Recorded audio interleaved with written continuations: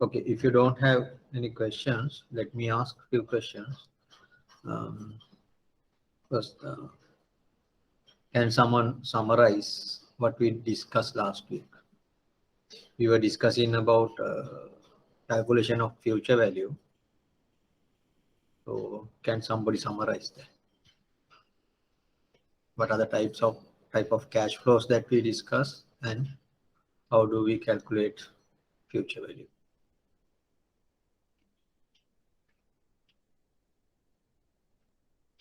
Future value of annuity due and ordinary annuities.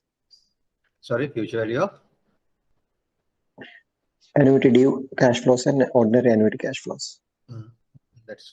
that's the last part that we discussed.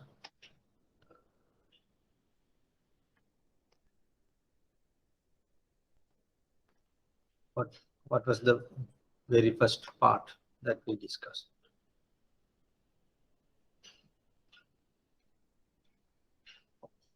First, we discuss how to calculate the future value of a single cash flow. Can you remember? How do you calculate the future value of a single cash flow? What's the equation?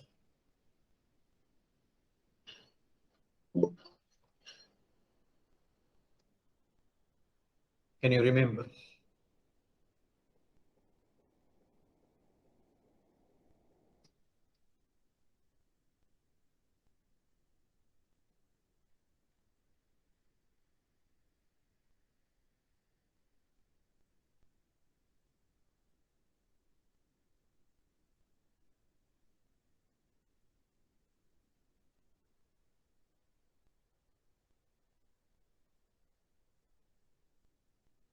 What's the equation?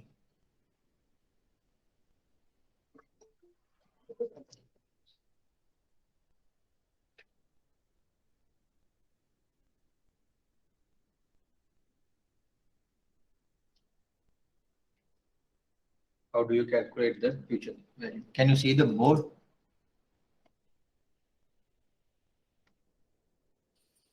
Yes.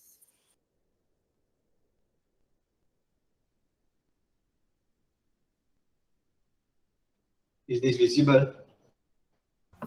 Yes, sir. Yes, sir. What's the equation? How do you calculate the future value of a single cash flow today?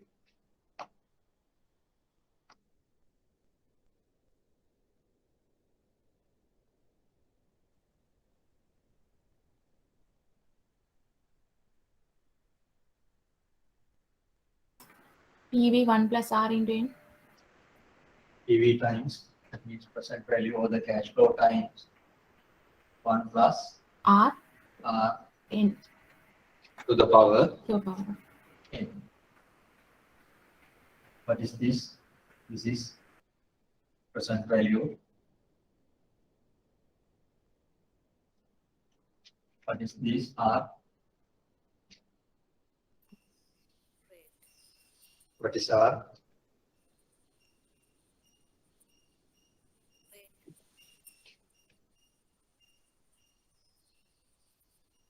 Interest rate. What is N?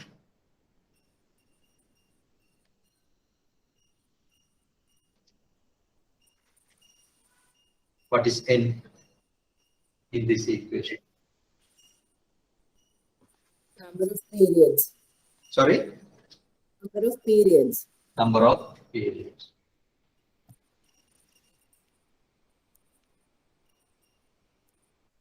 It's a number of compounding periods.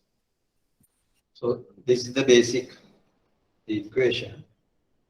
Based on this, we can calculate future value of a single cash flow and future value of a series of cash flows. Future value of series of cash flows. How do we do this? Calculate the future value of series.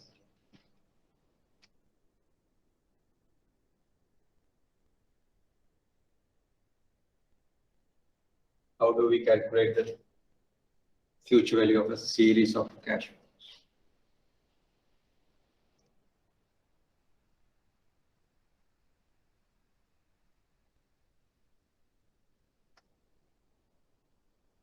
When you have different cash flows in different times,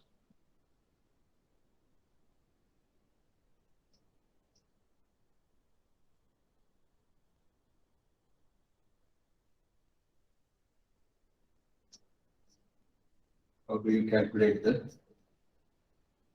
future value at the end?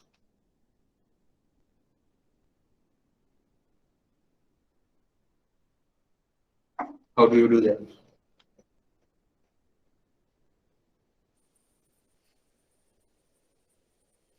If we use PV,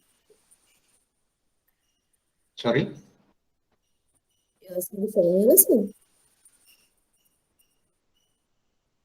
It's not clear. We calculate the future value of each cash flow and then we sum it up. Yes. Calculate the future value of each cash flow.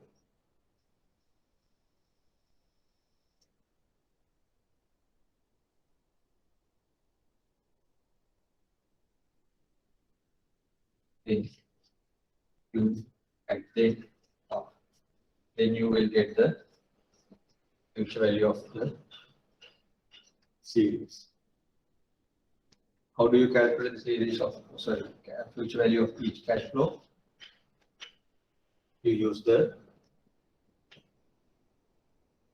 same equation. Remember, in this calculation, the timing is important. How many compounding periods would be there when you calculate the future value of the first cash flow? Assuming these are at the equal intervals.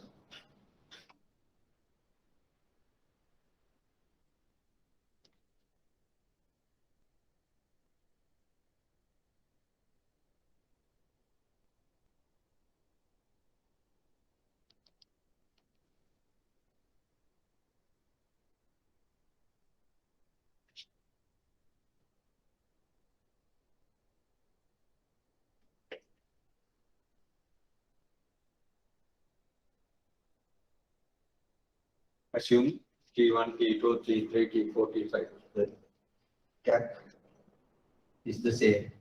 Like it will be 6 months. Each cash flows are separated in 6 month period. Assuming that for the first cash flow, when you try to calculate the future value, how many time periods? In other words, what is applicable in this case?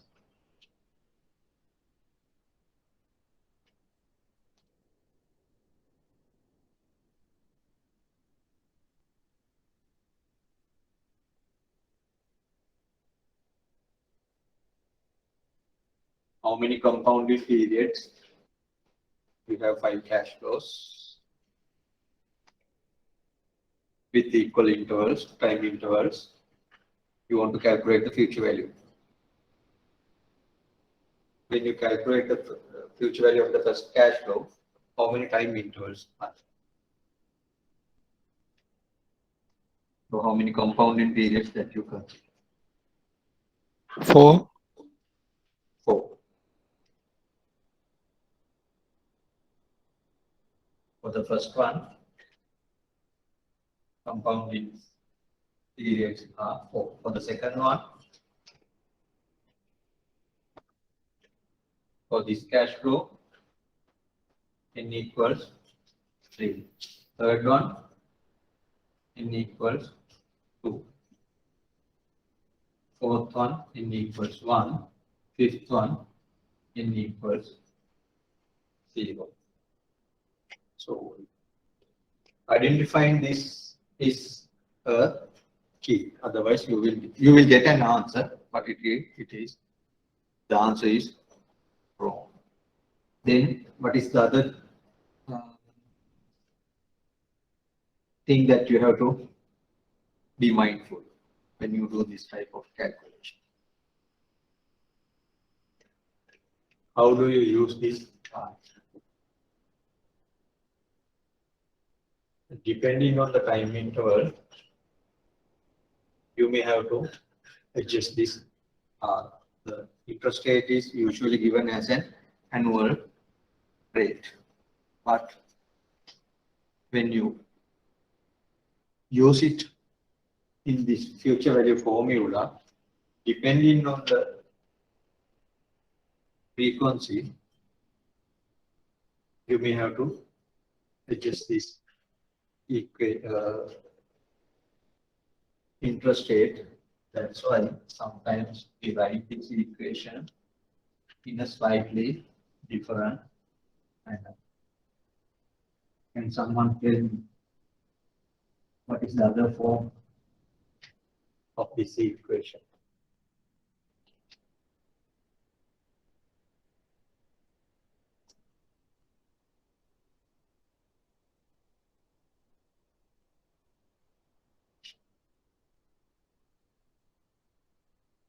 Then in this case, what is our interest rate? But this is annual interest rate. But what is N? What is N?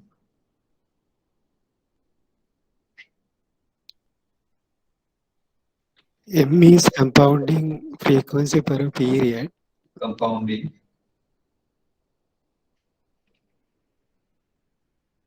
frequency. What does it mean, compounding frequency?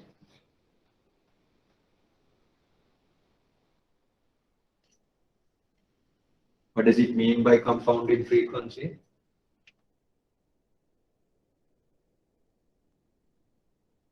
How many compounding periods are within a year? How many times that you compound within a single year, whether it's 2 times or 1 time or 12 times or 4 times, something like that. Then what is N?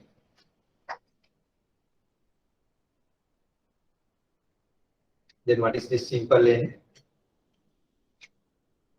Still number of periods.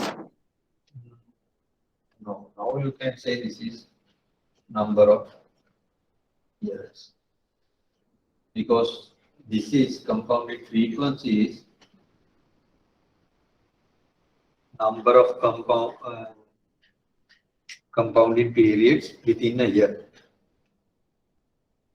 Then to get the total number of periods, you have to multiply it by the number of years.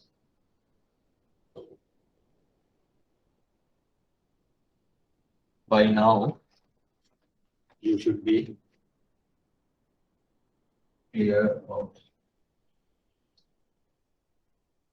any question on this.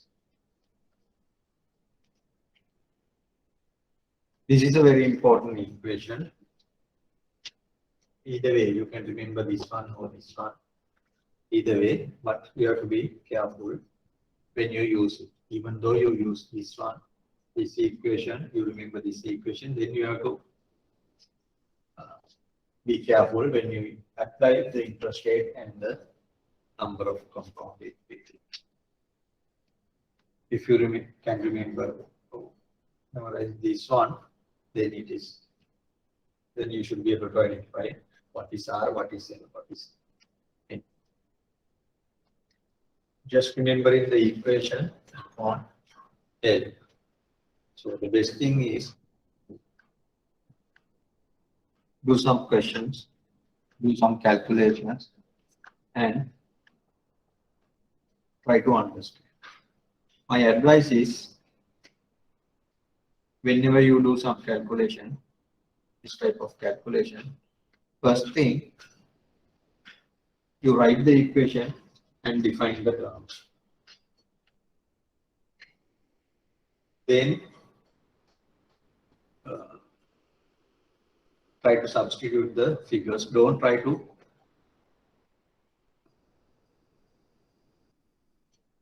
put the equation with numbers at the very first stage. First write the equation, then define the terms. Then yes, then you can say if the given present value is 100 rupees, write PV equals 100. Interest rate R is 5%, 5%. Compounded frequency is 4, that means quarterly compounding. Write it as M equals 4. It is for 10 years, M equals 4. Then try to substitute these figures into the equation and get the answer. As a practice, do this with the time when it comes to real time, real life calculation, then you no need to do this. This will automatically done by the, so you can do it in your brain. But until such time, do this, practice this. Then only you will get the understanding of what are you doing here or what you are supposed to do. Any questions?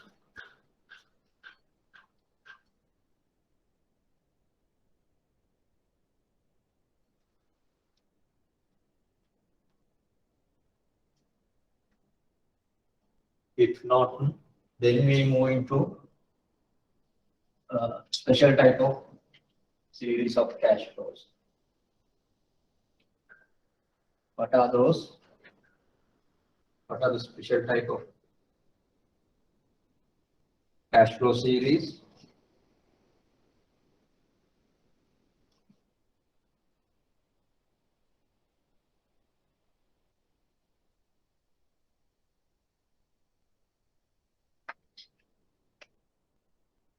Then we discuss about annuity. Two types, ordinary and annuity due. What's the difference between ordinary annuity and the annuity due?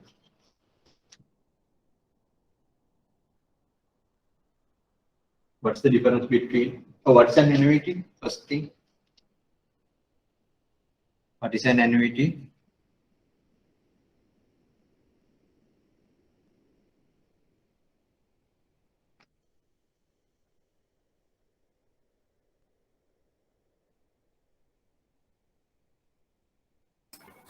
Same amounts of cash flows made at equal intervals.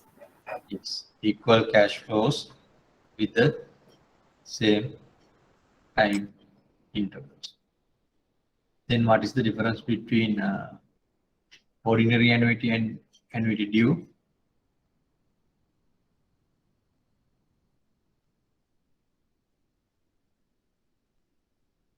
In ordinary annuity, cash flows occurs at the end of the period. In annuity due, cash flows occurs at the beginning of the period. Cash flow at the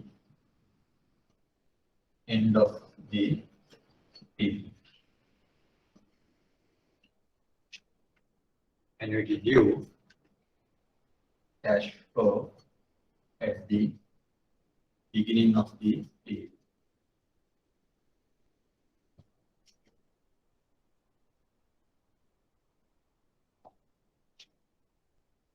What does it mean? What's the end of period? What is the beginning of period?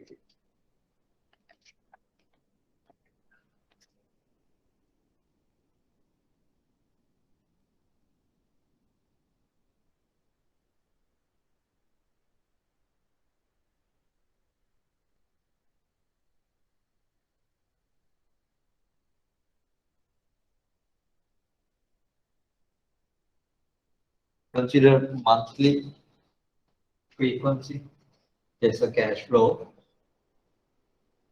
which is received monthly. What's a month?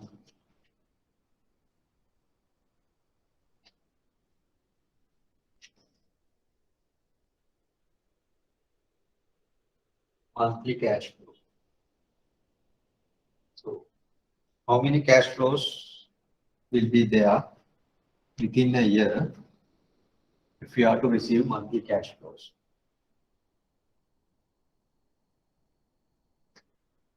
How many cash flows within a year?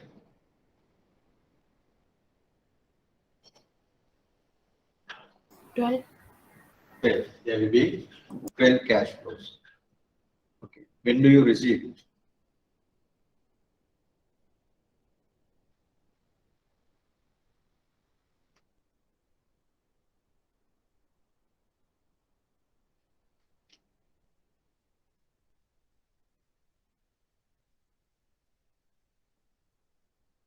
Okay. Say assume it's exactly one calendar year, January to December. There's a one cash flow in January. Correct? If you consider exactly a calendar year, January to December, and monthly cash flows, there will be a cash flow in the month of January. Okay, in the month of January, when do you receive it?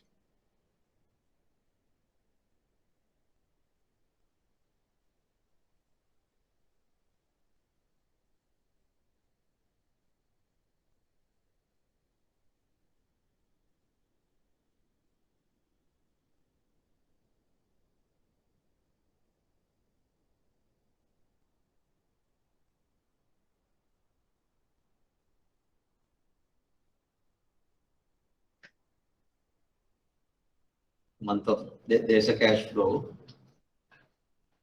in January.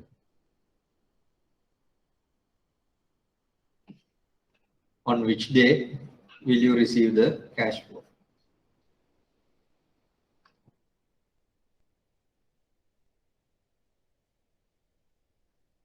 Is it 1st of January?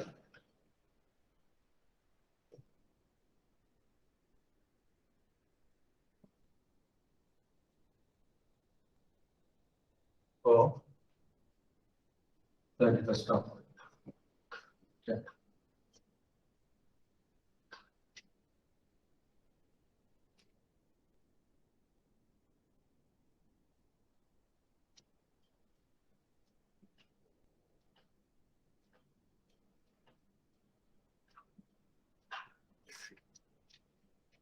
Can you ask? Is there any difference whether you receive it 1st of January or 31st January?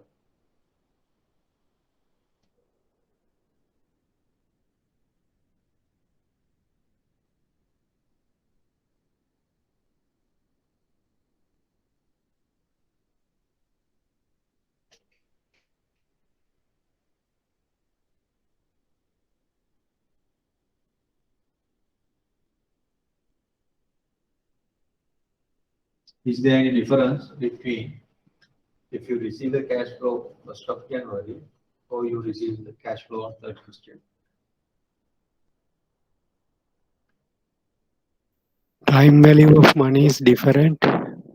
Yes, time value of money is different. Whether you receive it on 1st January or 31st January, time value is different. But time value, when you say time, it's a relative thing.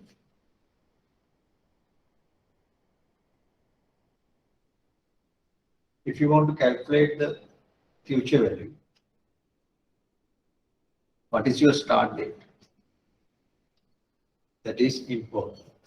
Okay, forget about this one. There are bankers. Tell me an example of annuity that you use in your day-to-day operations.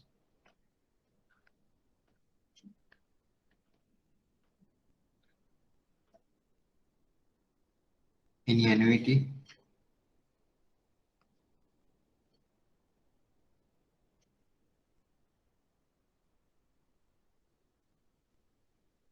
Housing loan installments. Housing loan installments.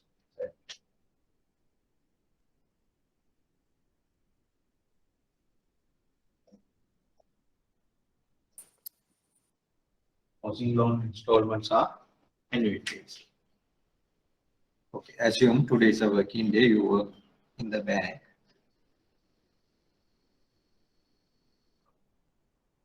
You approved the loan today.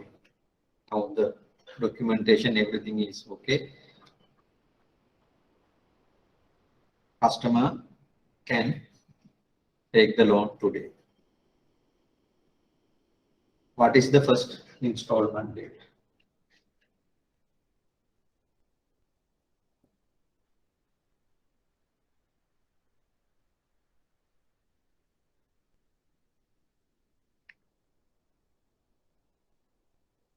Today is 20.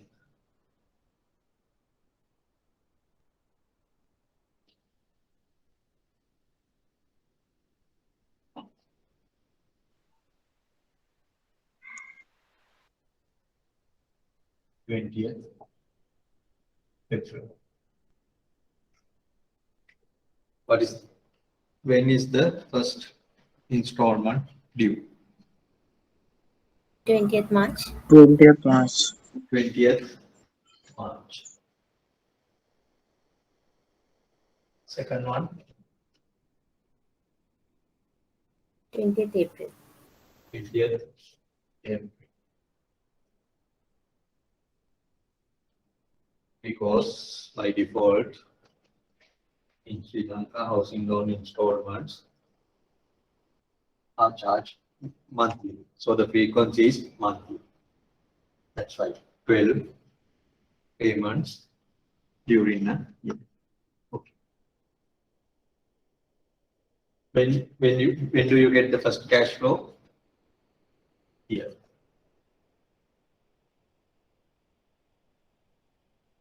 Now, is it now there will be cash flows like this. Is it an annuity due or ordinary? Ordinary annuity. Ordinary annuity. Why? 20th February, we are on today. So the cash flows occurs at the end of the first month.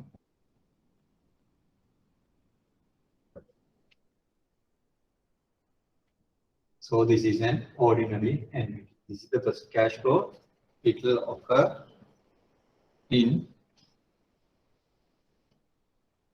on a future date. So in 1 month time. Then the second cash flow comes after another 1 month time. If it is an annuity due, when do you receive the first cash flow?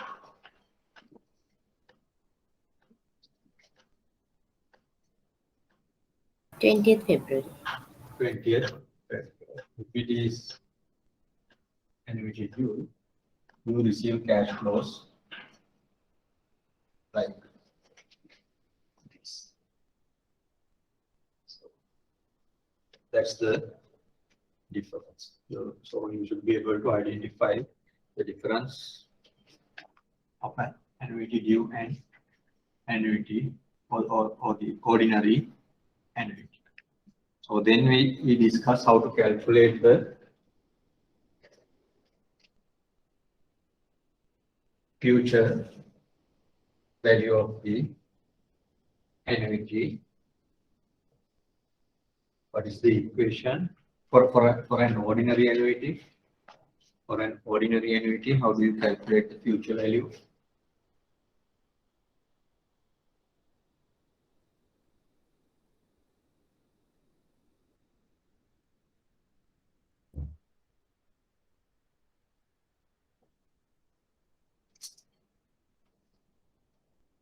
How do you calculate the future value? What's the equation?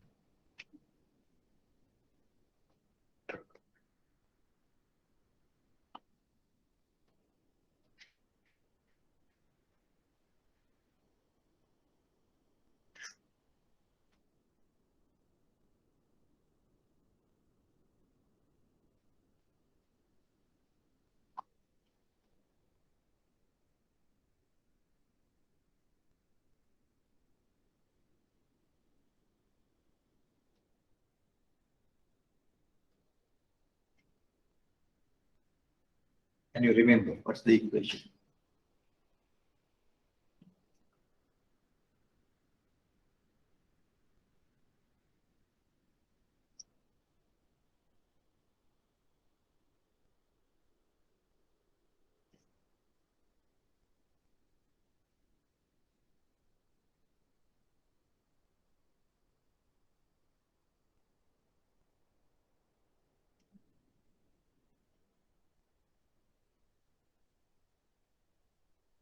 Okay, if you don't remember the equation, what do you do?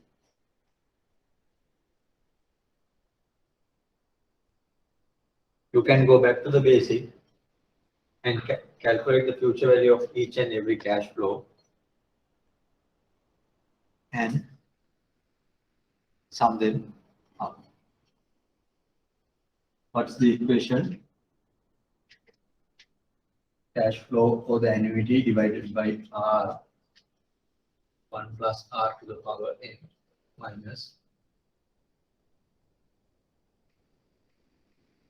1.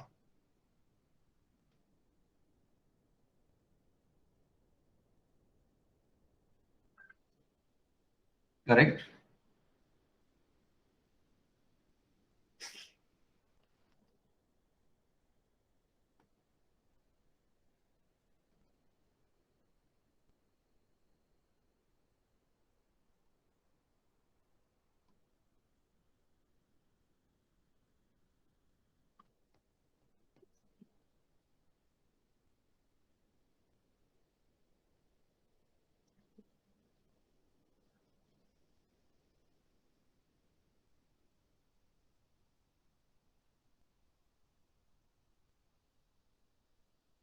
Now we'll go back to your example, monthly annuity, assume it only for a 1 year period. So today is 20th February. What's the last date of that transaction? When do you expect the last cash flow? This is 20th March, 20th April. Likewise, what is the last date?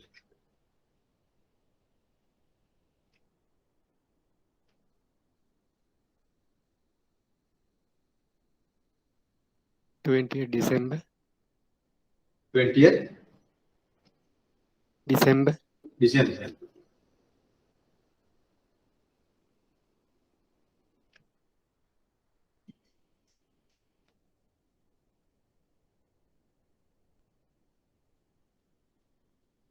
Any other answers?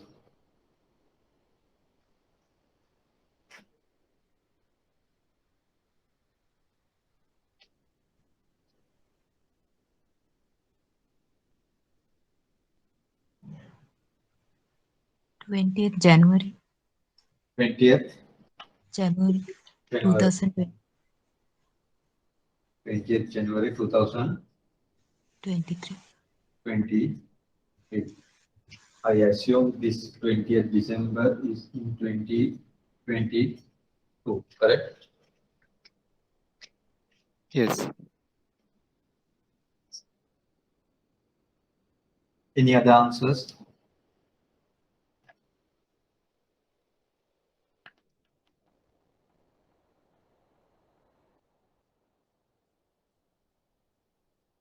If it is 1 year, 20th February. 20th February in 23. 2023.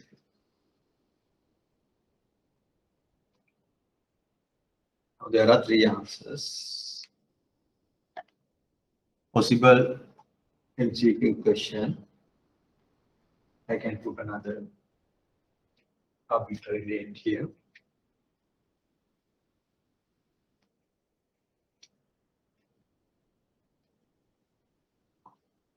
Out of 3, only 1 is correct. What is that? Okay. The transaction is for a 1 year period. Then there should be How many cash flows?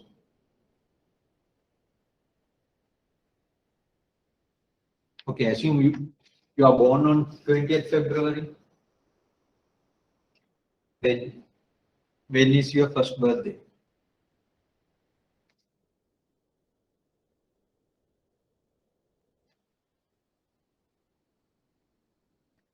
Okay, a baby born today. What is his or her first birthday? 20th February 2023. 20th February 2023. Today, what is his or her age? 1 year. No, today.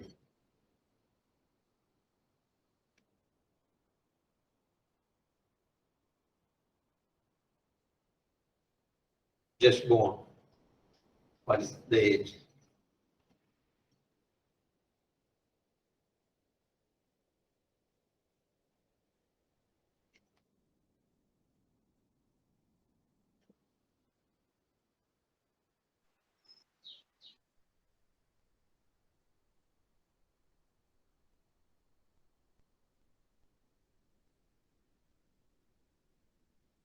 Monday.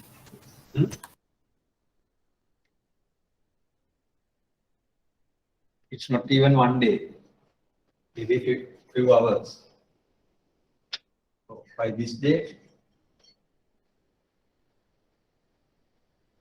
1 month. 20th April, 2 months. 2 months.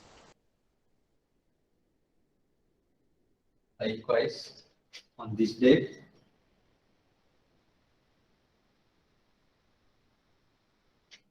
1 year completed. 1 year.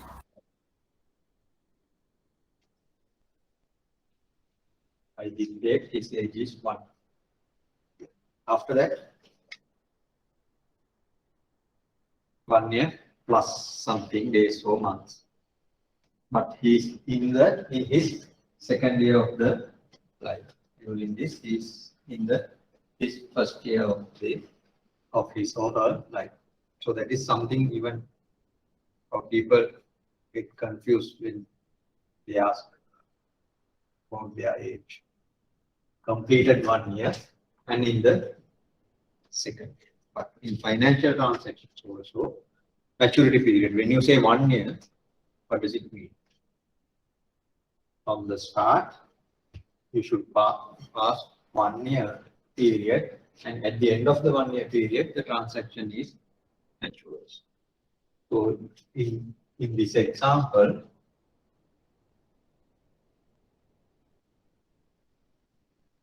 the last cash flow would receive on 20th February 2023. So there should be 12 cash flows. See whether you get 12 cash flows in any of these options. How many cash flows would be there in this instance?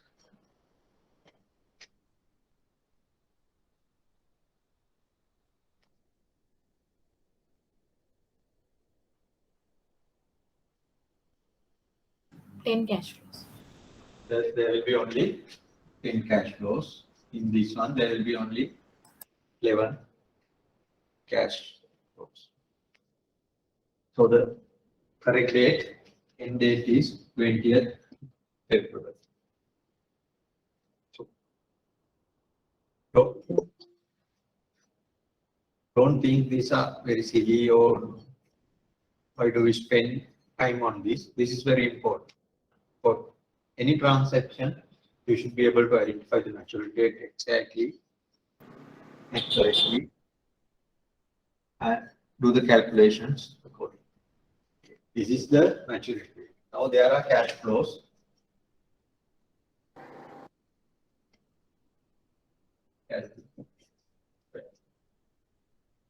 If we calculate the future value of this cash flow, as of what date we calculate?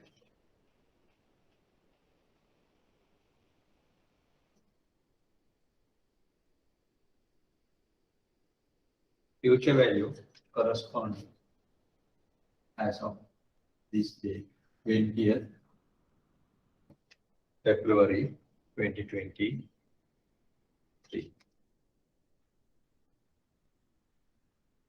Correct. What is the value of this, all these cash flows as of 20th February 2023? Clear? That's the general concept.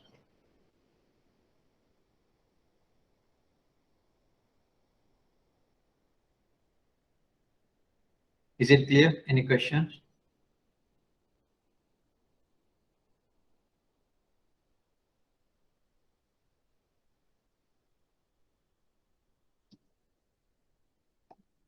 No. Now, I don't know whether you remember, but I can remember I asked you to do a homework. Yes? Did I?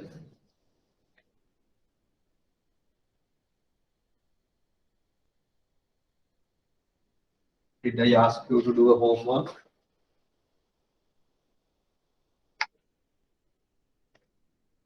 Yes or no? Yes. Yes. Yes, sir. Have you done it?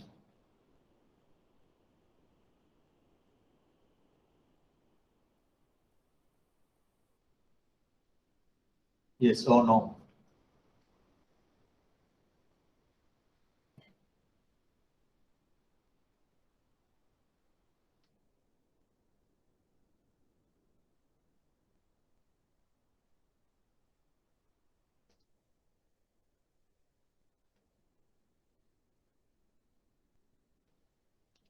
So there's a reason.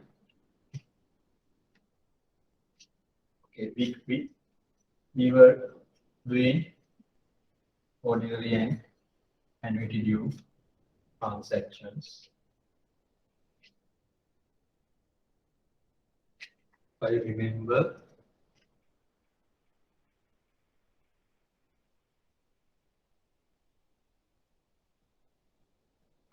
how many cash flows?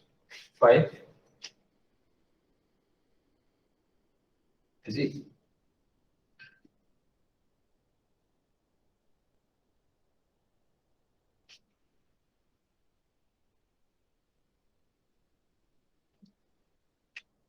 Five cash flows.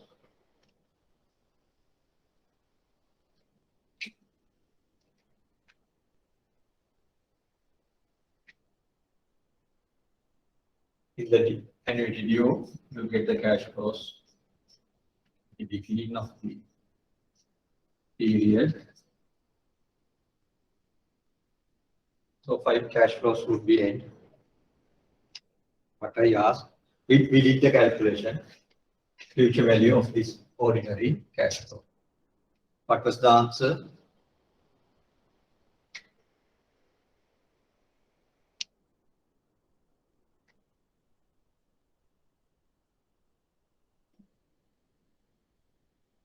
I think interest rate is, we use 8% or 4%.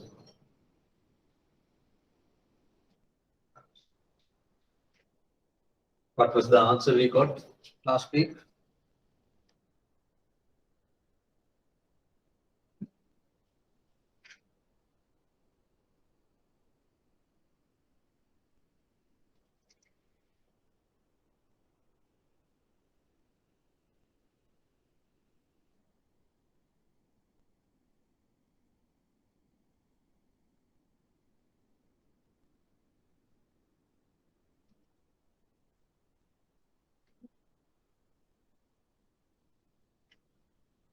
Do you have your last week notes with you?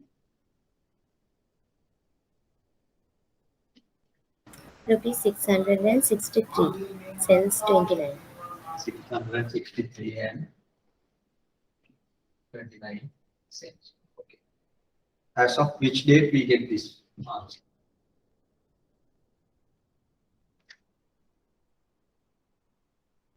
it is at the end of the cash flows, the last date. Then we calculated the future value of the annuity due. And if you remember, we consider this as an ordinary annuity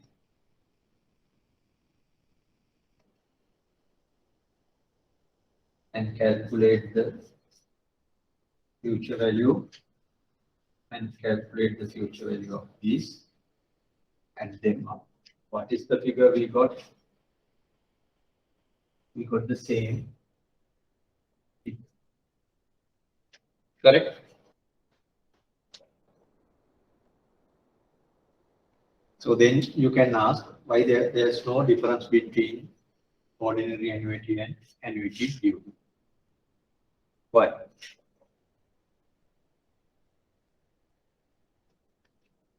Using the equation, when we calculate the future value of the ordinary annuity, we get the future value as of this date. In this example also, we calculate the future value in both cash flows as an ordinary annuity and a single cash flow and add them up. You calculate the future value as of this date.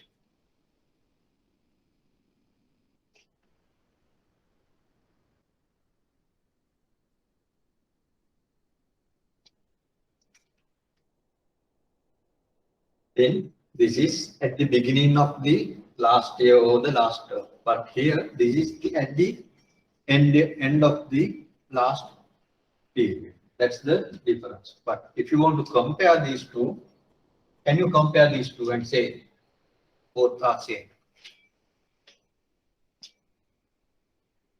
Can you compare these two future values and say that both are the same?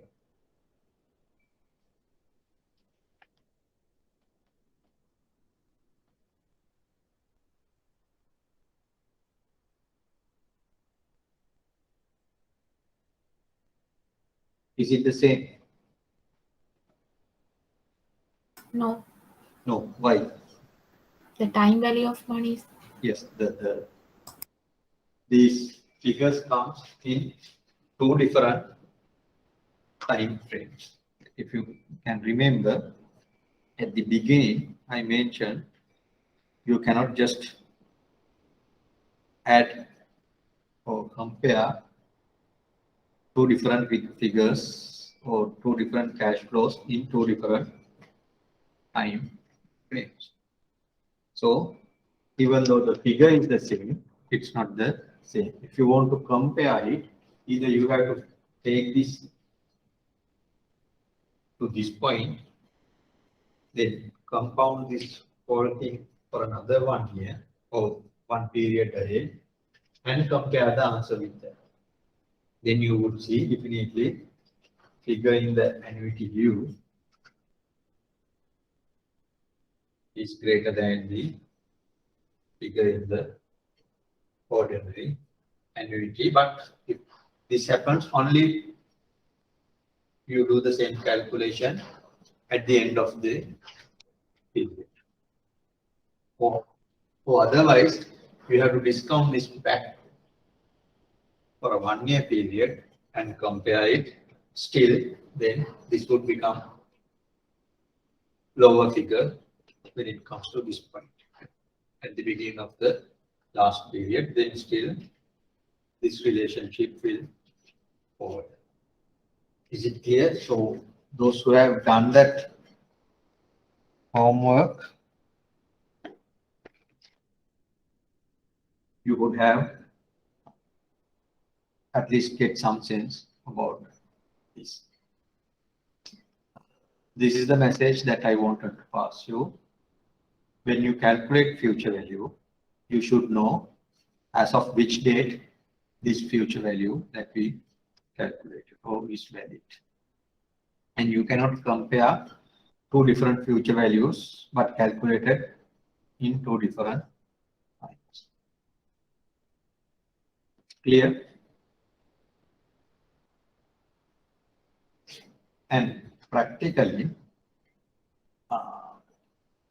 in annuities, there's less chance that you calculate the future value. But the other way around, that can happen.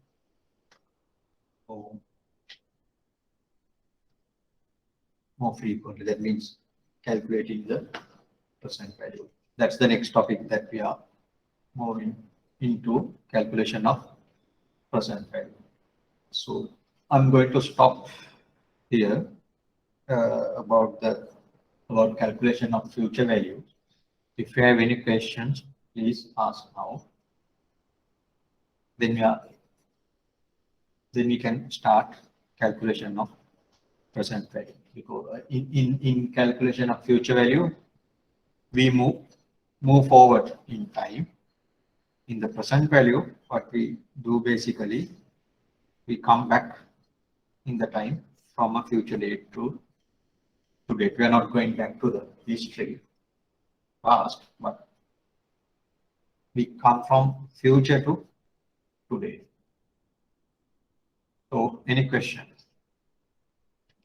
Shall I erase this?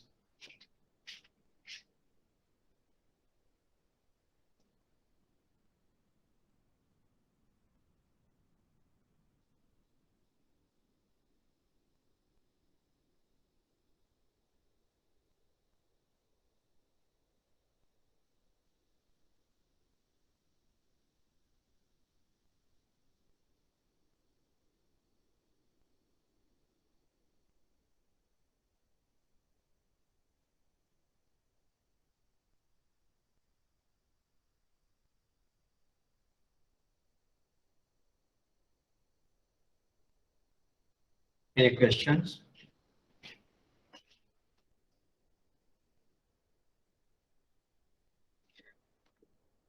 One thing.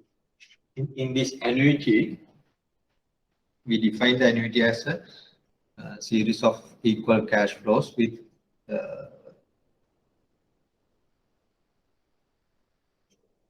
equal time frame. But remember, it's a finite cash flow. Series of a finite cash flow with equal amounts and equal time frames. But if there's no end to the cash flow occurs forever. What do you call it?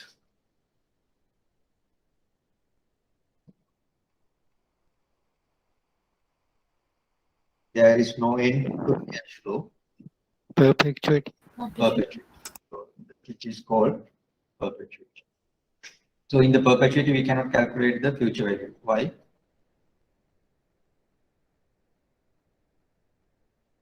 There is no simply because there is no end.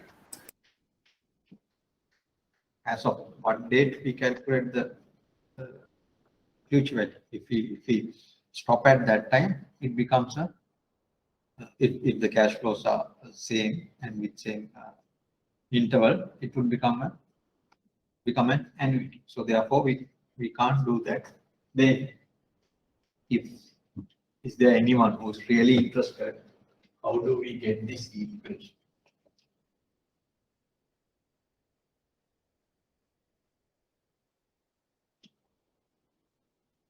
You are really interested. It's simple. I write it in this way.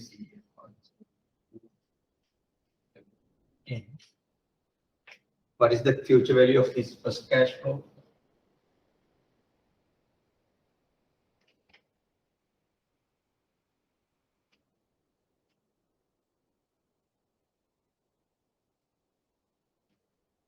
Even though I denote it as cash flow 1, cash flow 2, likewise cash flow n, the amount is same. So we can use single cash flow and the rate same R and N. What is the future value of the second cash flow? CF 1 plus R N minus 1. Future value of the third cash flow, CF 1 plus R N minus So likewise, cash flow of the future value of the last cash flow is PF 1 plus R n minus n, which is equals to 0. Then what do? You add them together. Then we can write it as, because the CF term is common for each, we can take it out. Then 1 plus R n, 1 plus R n minus 1, 1 plus R n minus 2. The last term is, it becomes 1. Because 1 plus R to the power 0, for any number, power 0, when you take power 0, it is like this. If you are really, or if you can remember grade, say 9, 10 mathematics, this is a series starting from 1 plus R, 1 plus R to the power 2, something like that. What do we call? This is a geometric series. Those who have learned in Sinhala language, mathematics, we call it Gunottara Shreni, if you can remember. So then you know how to calculate the sum of a geometric series. To do that, you will get this. If you are really interested, how we got this equation, that's how we get it. It's not just come out from the sky. The basic, it's based on the basic equation. Even this one we got through the principle from. So this is just a side note for the knowledge of those who are really interested. What is behind this mathematics? Or what are the mathematics behind this concept? If you cannot understand, don't worry. I'm not going to ask any proof or anything. Just the applications. Any questions?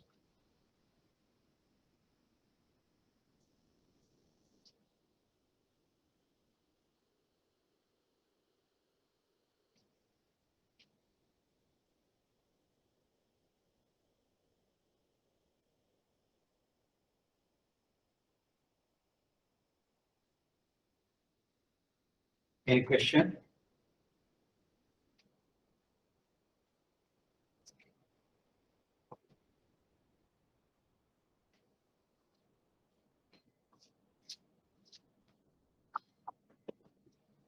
Any questions or any comments? Sir, maybe no practical example for perpetuity?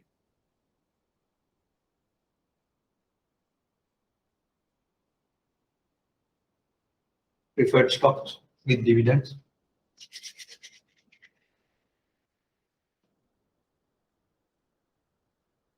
When you buy a share, there's no maturity, there's no end. You assume the stated dividend will be received every year or every quarter until that's the most common example. Okay.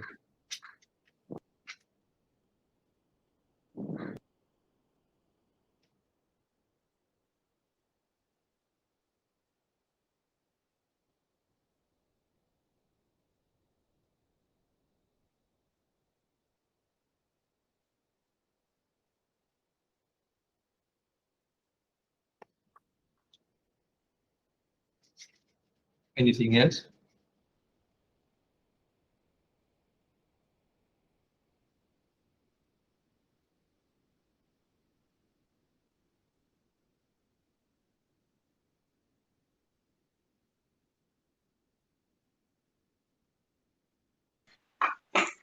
So can we use scientific calculator for the exam? Yeah, not programmable scientific calculators like example, something like that. Yes.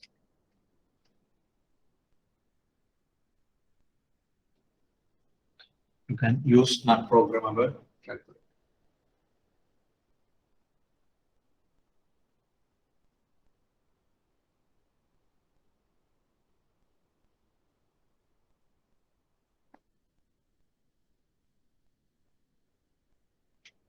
Any other questions? So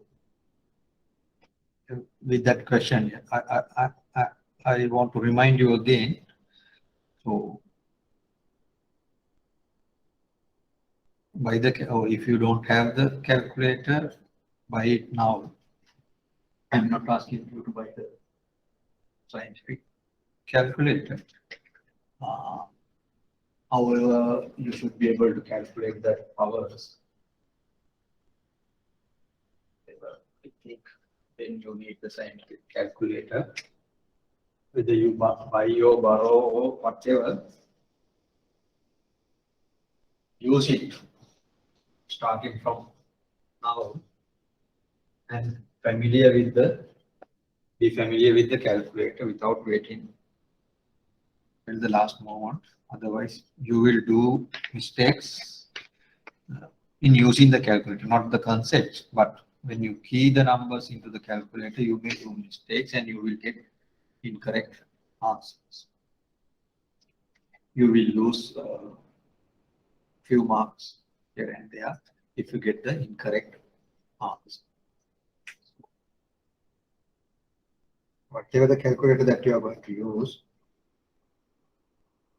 be familiar with that. Anything else?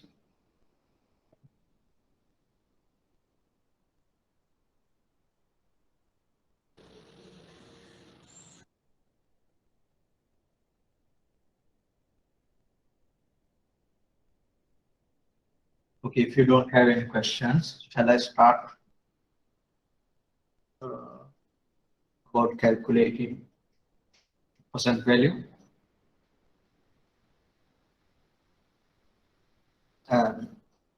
Within next week, I will post some sample questions. Then you know sample questions, not only for on this topic, but the topics that we are going to discuss in future as well. I post or published in the classroom. Then you can try those questions, or you can find similar questions in any of the textbooks and do the practice it. Okay, percent value.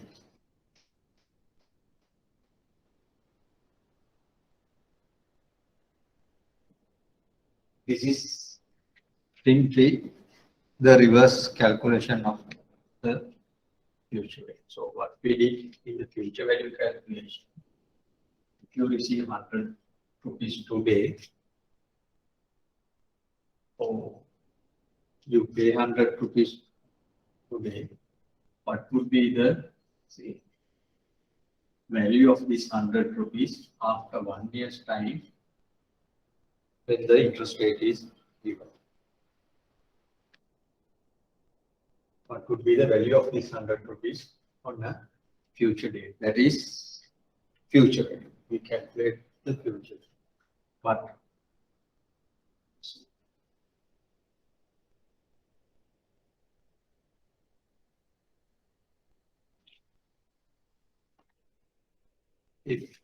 if there's any investment opportunity or whatever, it says you will get 100 rupees after 1 year. You will get 100 rupees in 1 year's time. Now the question is, what is the value of that 100 rupees as of today? That is equal percent value. what is the value of that cash flow as of today. In the future, the value of that is 100 or maybe 10,000 or 1 million, something like that. But what is the value of that as of today? That's the basic concept of the present value. Again, we will start with a single cash flow like this. If the present value is this is the equation that we use to calculate the future value. At that point, we knew present value R and A. Now, in this situation, we don't know the present value, but we know the future value, interest rate and number of periods. Then we have to calculate the present value. You can rearrange this equation. You will get it as future value divided by 1 plus R to the power A. The same thing can be written as future value times 1 plus R to the power minus N. If you can remember grade 7, 8 mathematics indices, whatever the power in the denominator, you can write it in the numerator with a minus sign. So, if you cannot remember, don't worry. This is the equation. Basically, this part we call discounting, and 1 over 1 plus R to the power N. What's the name given to this? This is called discount factor.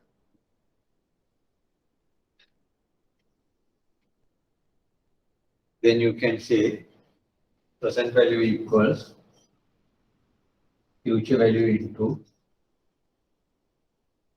discount factor. If you have to remember this way, then you should know what is the discount factor. Discount factor is 1 over 1 plus R to the power N.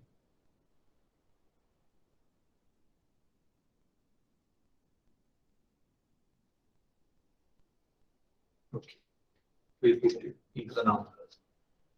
We will receive 100 rupees in 1 year. The interest rate is 8%. What is the present value?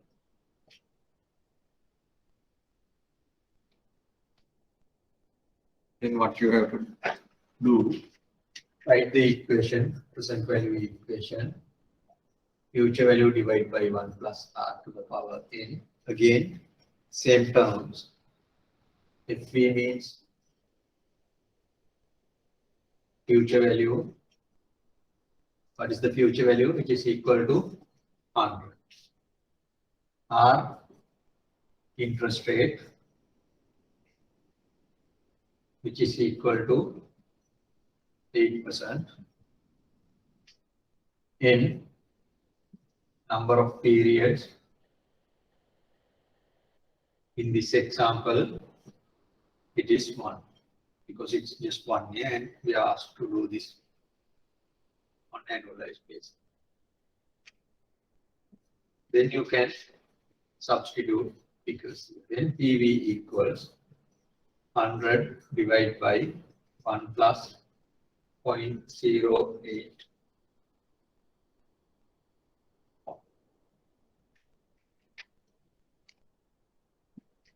Now key these numbers into the calculator and get the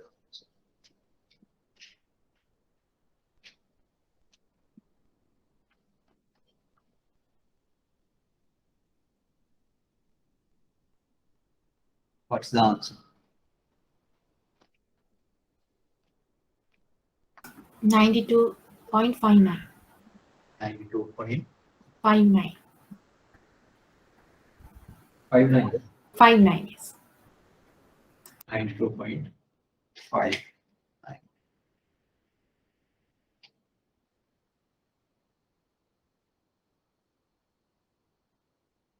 This is based on, even though it's for 1 year, and assuming compounding frequency of 1. If I tell you, you receive 100 rupees in 2 years, but the compounding frequency is 2, that means semi-annual basis, then what is the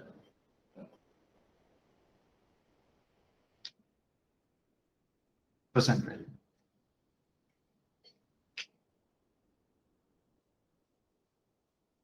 Then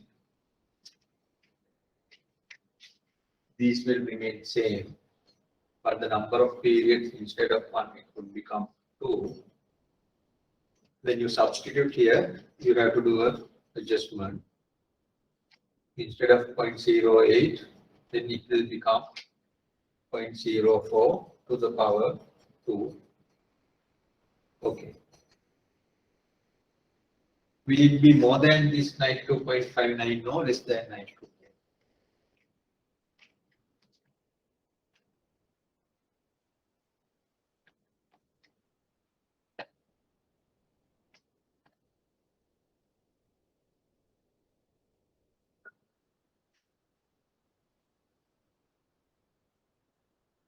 Without calculation, doing any calculation, can you tell?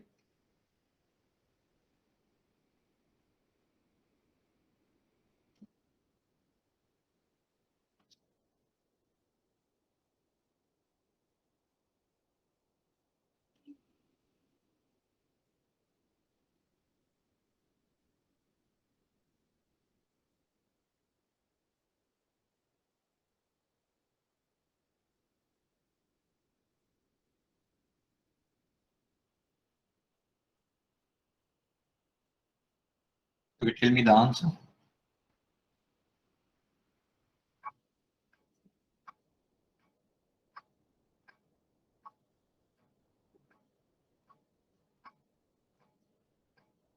$92.45. 92.45.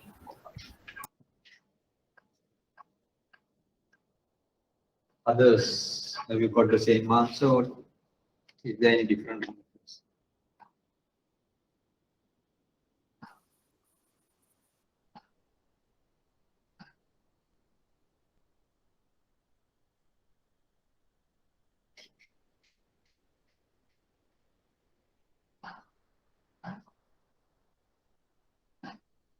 Others, you got the same answer.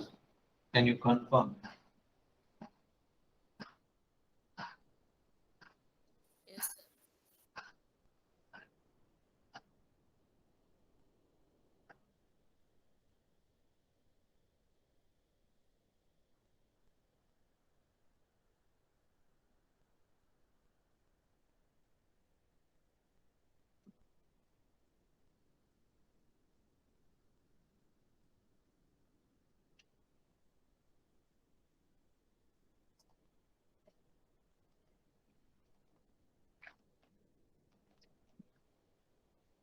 Have you got the same answer?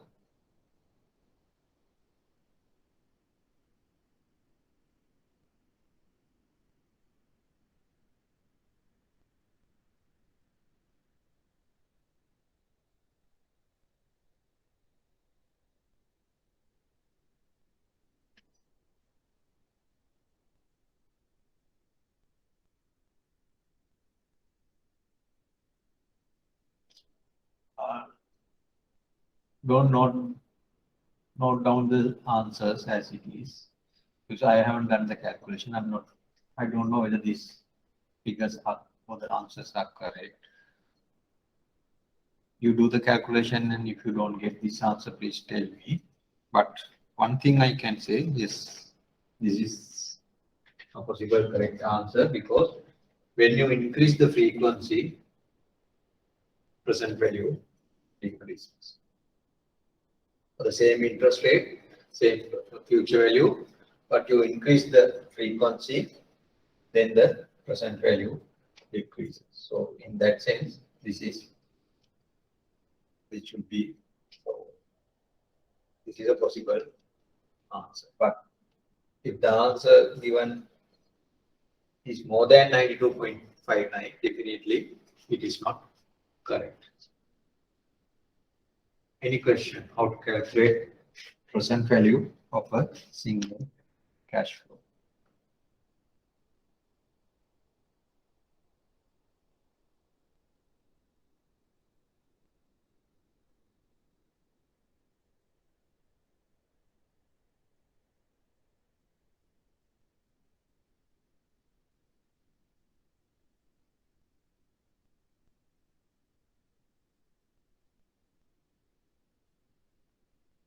Any question?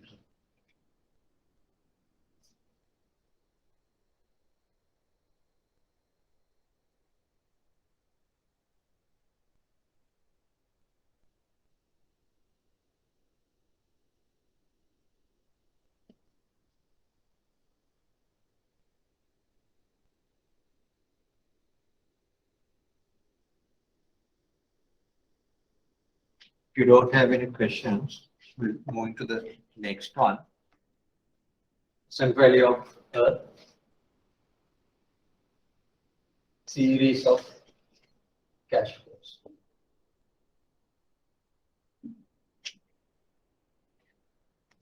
How do you do that?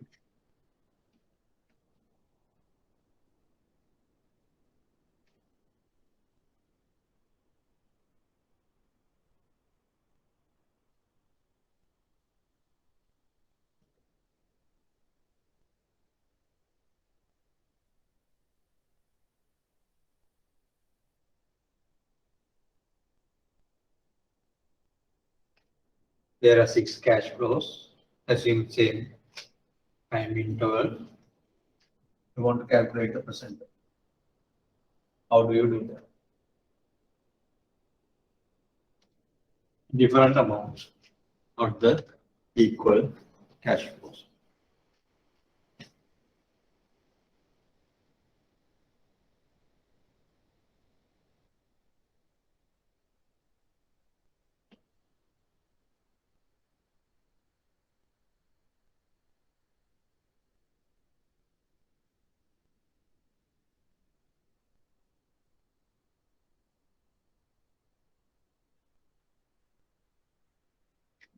How do you calculate the present value?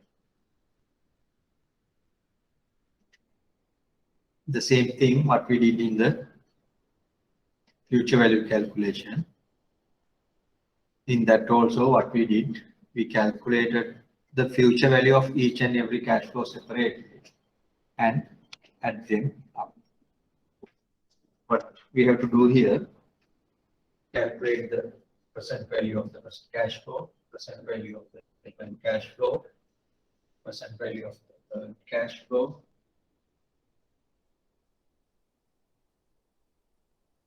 So yes, say it is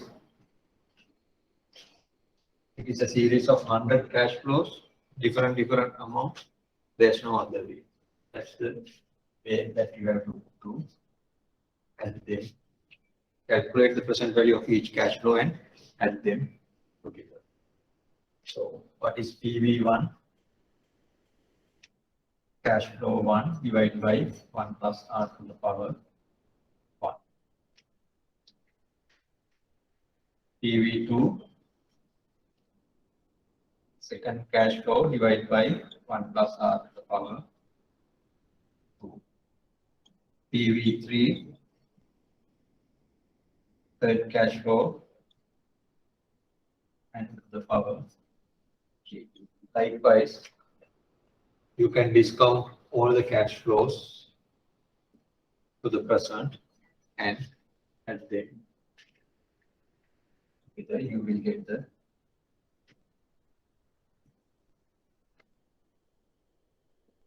now. Remember again, when you use 1, 2, 3, this may not be annual cash flows. It may be semi-annual cash flows. Then you have to make sure that you adjust the interest rate, the code.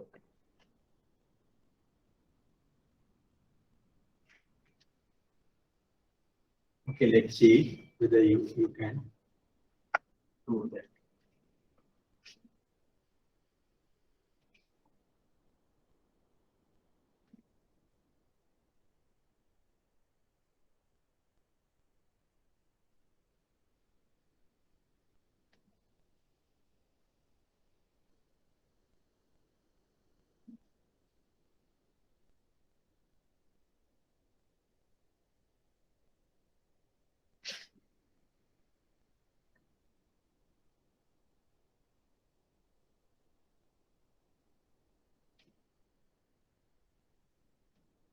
This is the example of the exercise. There are 6 cash flows in the future. At the end of each year, 95, 105, 80, 100, 102, and 97. What is the present value of this cash flow? What is the present value of this cash flow?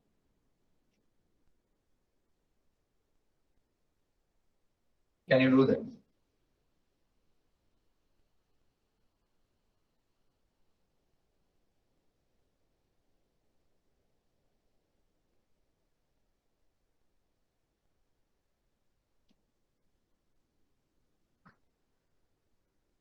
Can you do that? Interest rate, how much, sir? Yes, you need interest rate. Or let's say 7%.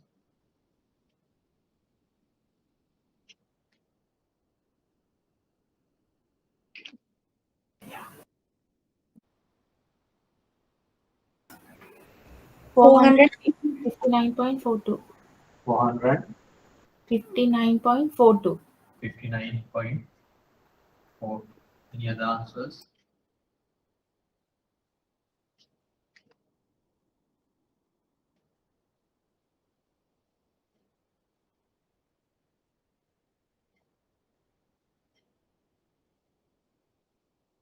Any other answers?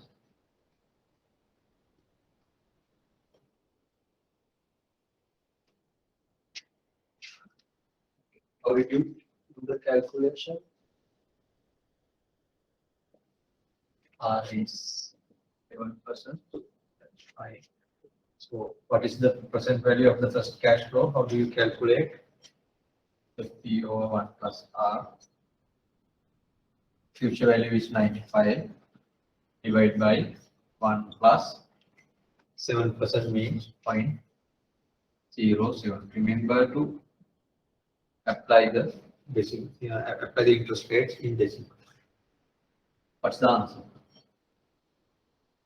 Then the present value of the second cash flow,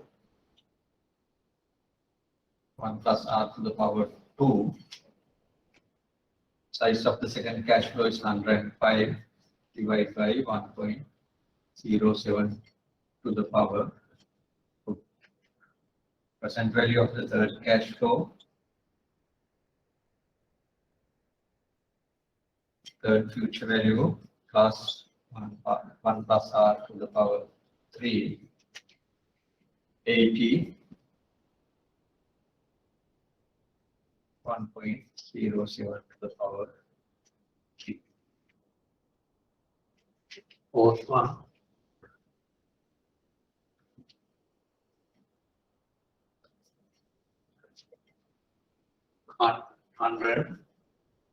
hundred divided by 1 plus 0.07 to the power 4.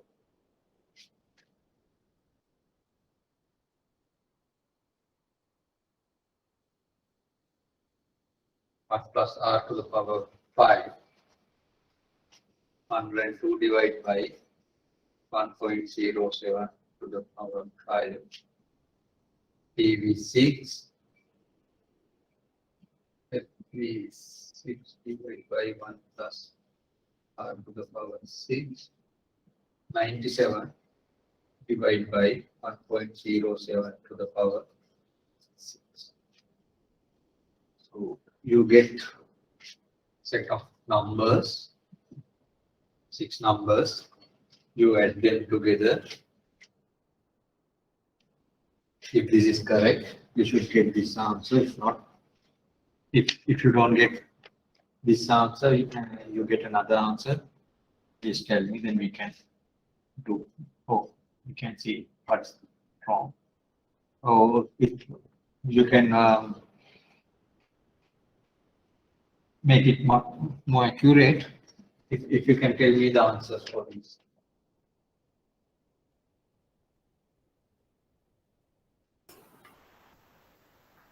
First one 88.78, 88.78, 91.71, 91.71, 65.30, 65.30, 76.28, 76.2, 6.28, 72.72, 64.63. 64, 60. See whether you get these numbers.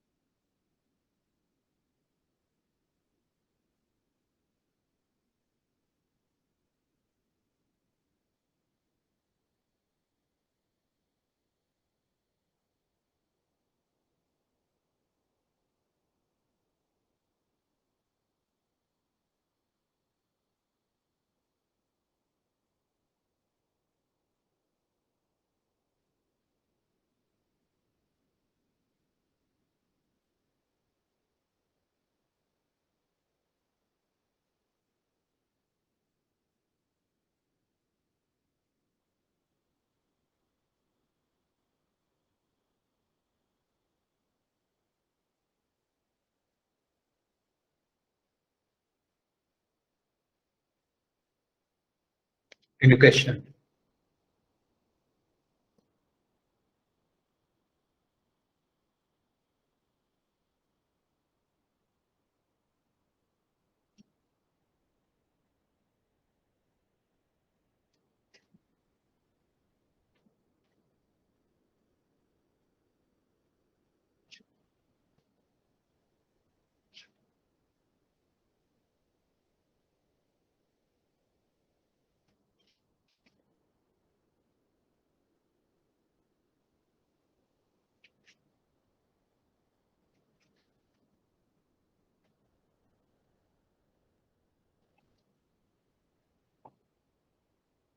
How can you calculate the percentage? It's in cash flow, but the frequency is different. Every 6 months, same interest rate.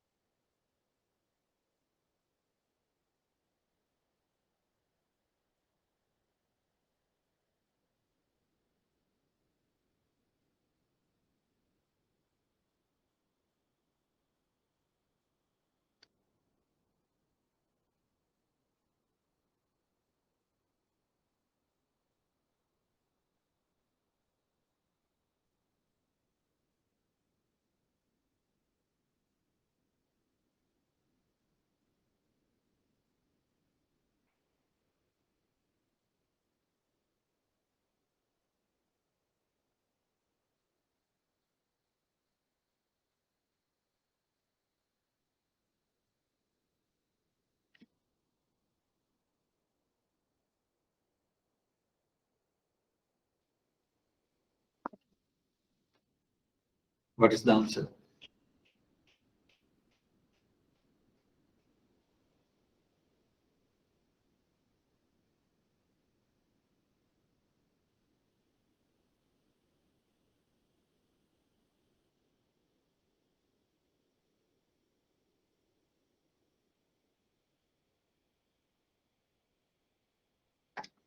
Okay, can you use the same 0.07 here?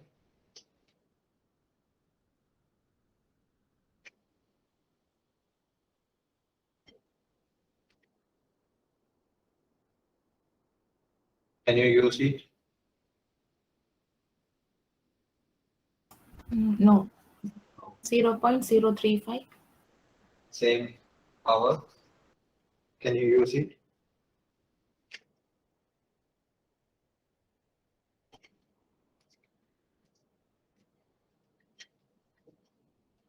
Can you use the same power? 1, 2, 3, 4, 5, 6.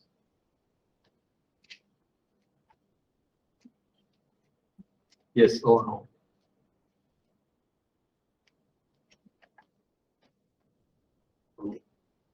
Yes. We can't use this 0, 7, 5. That's the annualized rate.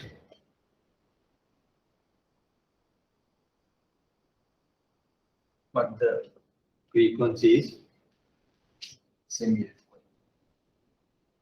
That's correct. But what about the power? Can you use these attributes?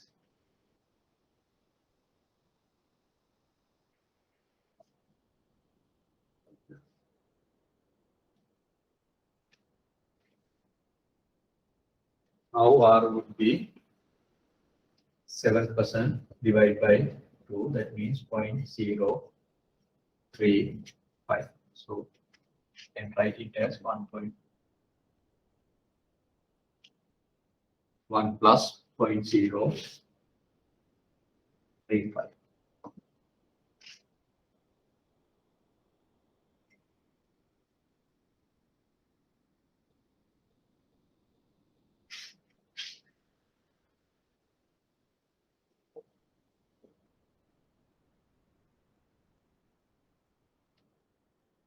What about these powers? We have to change. No, we can keep it as it is. We can use it because 1 period, 2 periods, 3 period, and we have applied the interest applicable for 1 period. Now the problem is how many periods. So therefore we don't have to change that. What are the answers?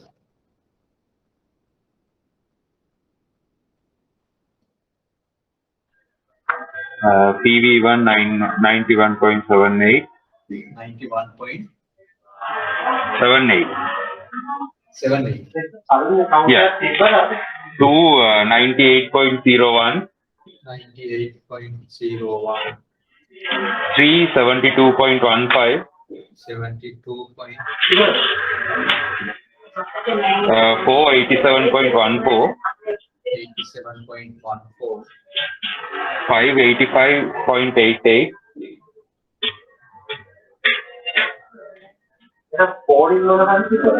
6 78.90. 78.90. 78.90. The total? Yeah, so 513.86. 513.86. Previous. What was the previous answer? 500 was? It was 459.42. 59.44. 59.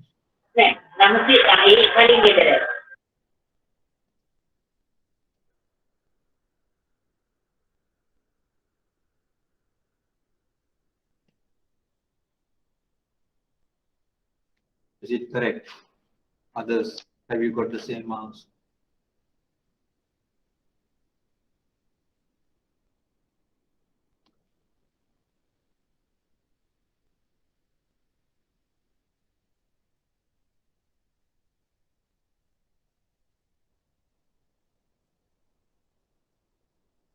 Any questions or any doubt?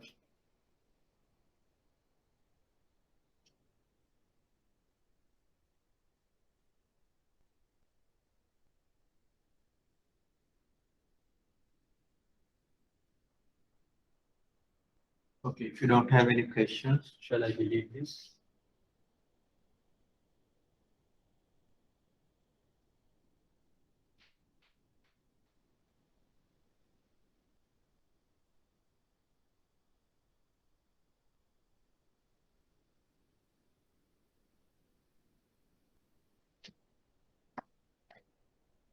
Excuse me, sir. Yes. Previously, you said that if frequency increases, present value is decreases. In that case, present value is increases. Why? The point I wanted to know. So in the previous example, it's 6 years. Now here only 3 years. When I kept the same numbers, I just changed the frequency. Then the whole Okay, I time got it, sir. not the same as the previous one. That's why.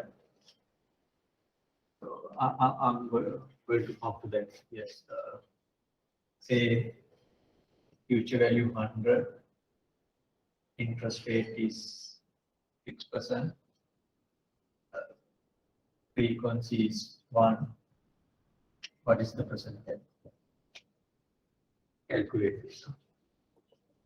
If 100 are 7%, frequency 1, what is this?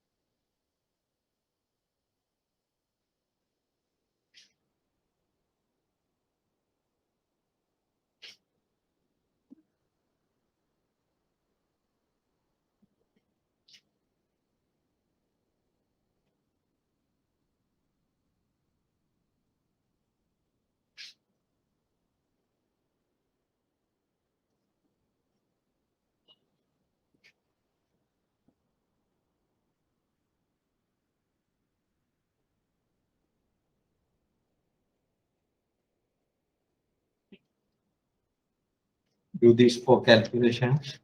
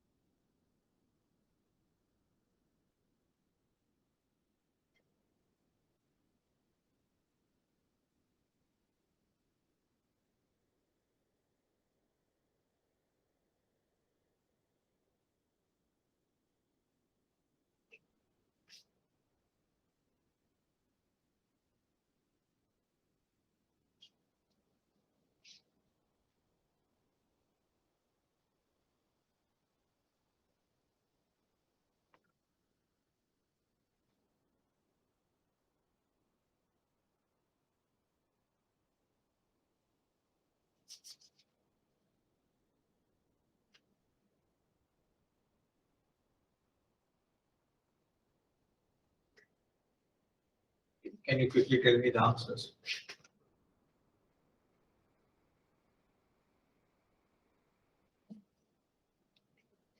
This is simply 100 over 1.06.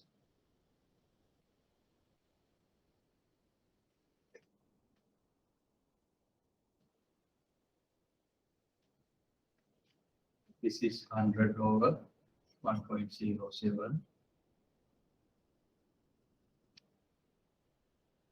100 over 1.03 to the power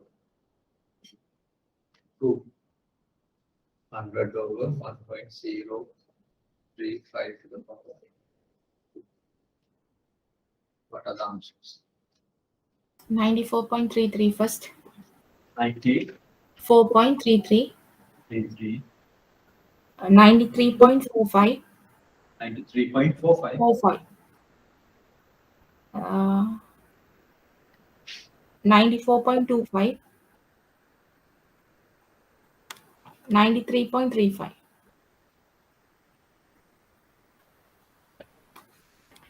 Correct. Others, have you got the same answers? Yes. Yes, you can confirm that. Okay. Now, what are the differences in these 4 problems? The future value remains same. If I put numbers, case A, B, C, and D. A, B, C, D, all 4 cases, future value remains the same. What are the differences? In A and B, frequency remains the same, but the interest, 2 different interest rates. So what you can see, when the interest rate goes up, present value goes down. See, all others are same. Future value and the frequency remain same. Interest rate has gone up. Present value has gone down. Clear? So therefore, interest rate and PV has a negative for the inverse relationship. When R goes up, PV goes down. Or if the R goes down, PV goes up. Clear? And when we say this, remember all other terms remain same. Then the same relationship between C and D. Frequency has changed from 1 to 2, but in both cases, frequency remains as 2, base value remains as 100, but the interest rate changes 6 to 7%.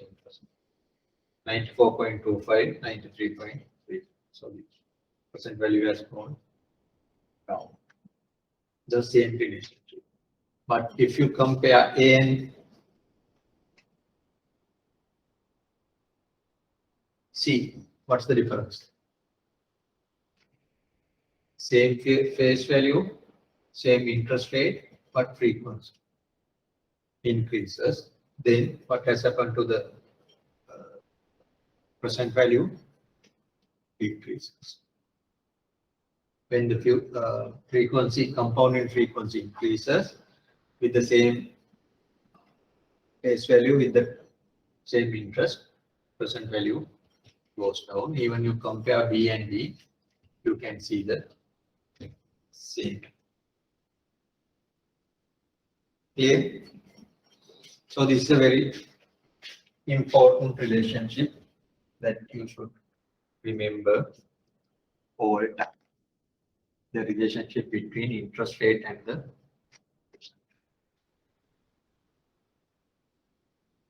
clear?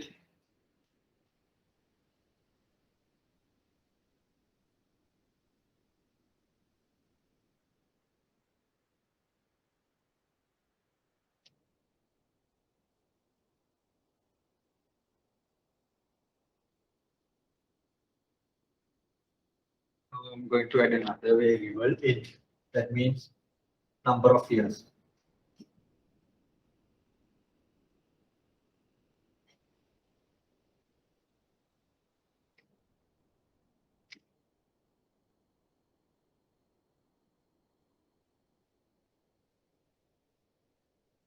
calculate the present value. There's a cash flow at the end of 1 year period, 6%, compounding frequency is 1 and only for 1 year period.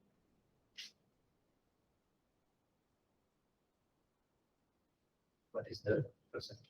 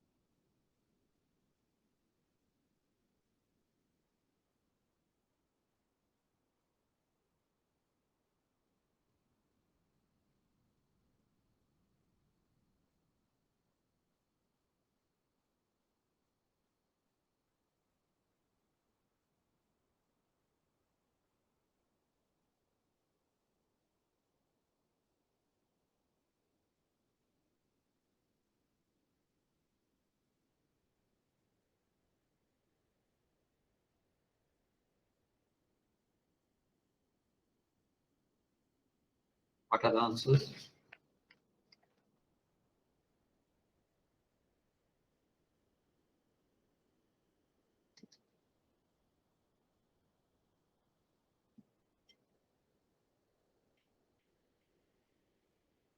What are the answers?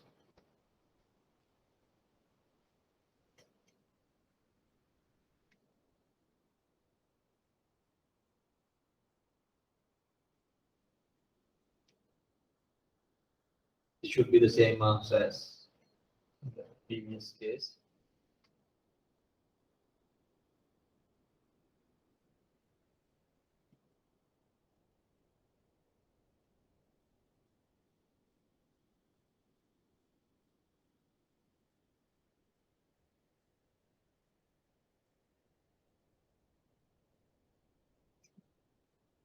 What's the present value here? 100 divided by 1.06. This one, 100 divided by 1.03 to the power 2.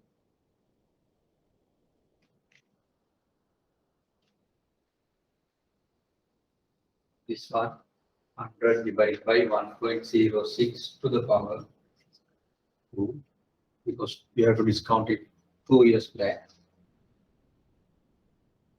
This one, 100, 1.03 to the power 4. Frequency is 2 years. Then you have to discount 4 semi-annual or 4 6-month period. So what are the answers? First one, 94.34. 94.34. This should be the same as the previous answer. 94.25. 94.25. 88.99. 88.99. 88.84. Now, if you compare ABCD cases, what are the differences? Again, A and B, the difference is in the frequency. Frequency increases, present value decreases. A and C, what's the difference between A and C?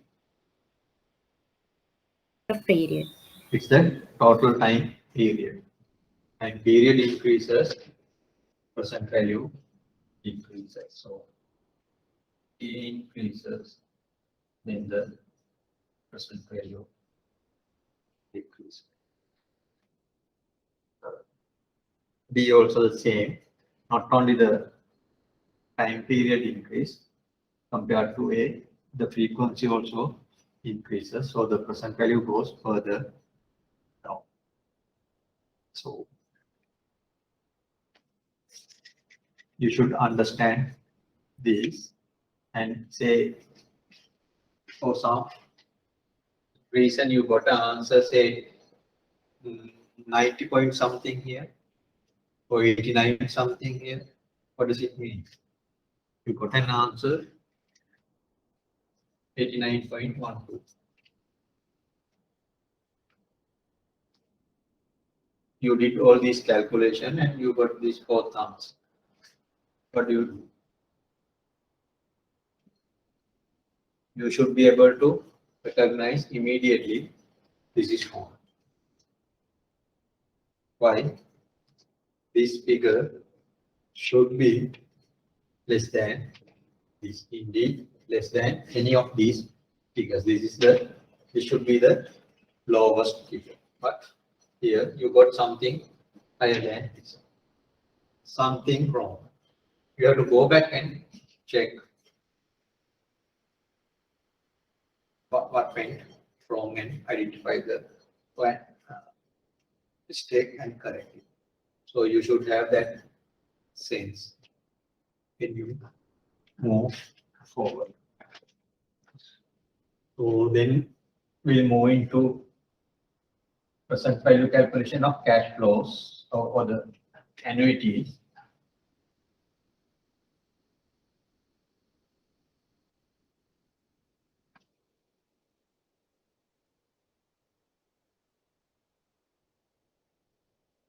Again, in the presentation, the equation is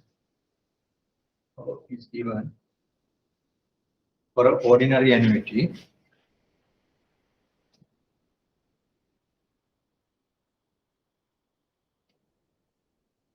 Ordinary annuity, what is the present value equation given? Again, CF over R.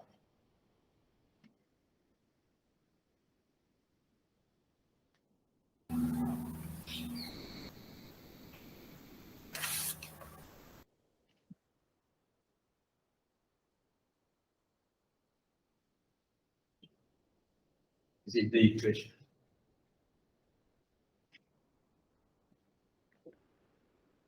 And it may be, instead of here, maybe A to indicate that's annuity. It doesn't matter.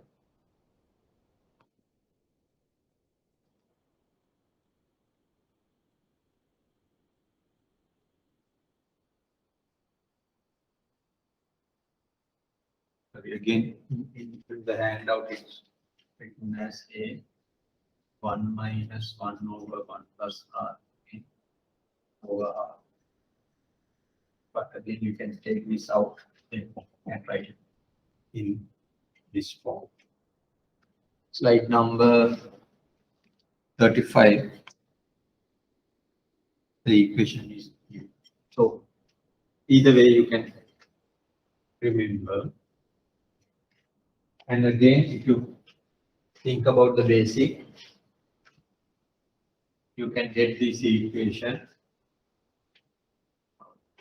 by manipulating as a sum of a geometric series, because you can calculate the present value of each and every cash flow and sum them up.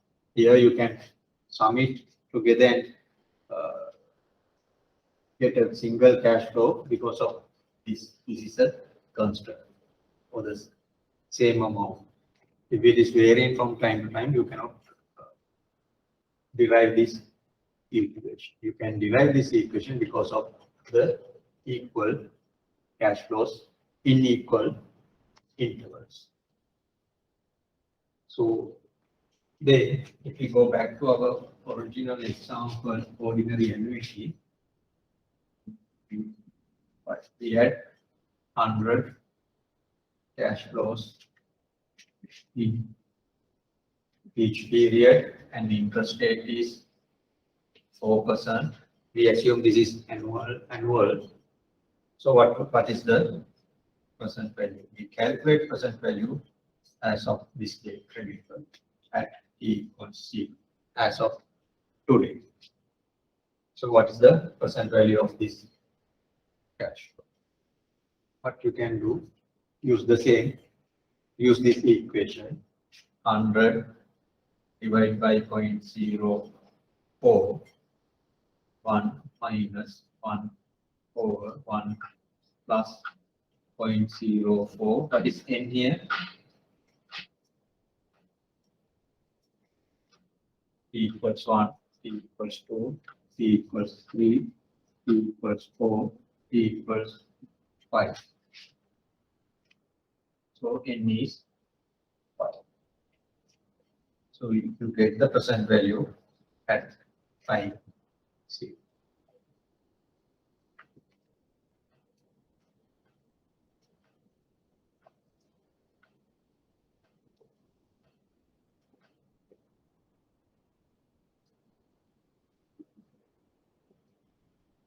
Clear?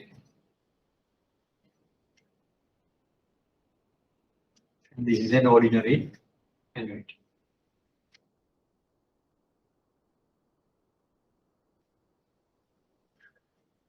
Any question? Is it clear?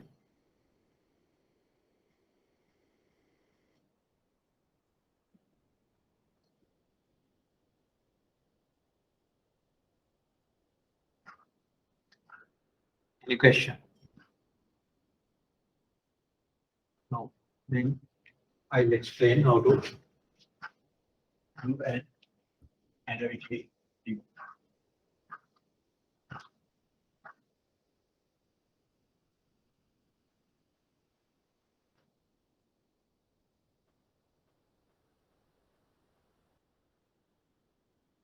I'll take the same example what we have here.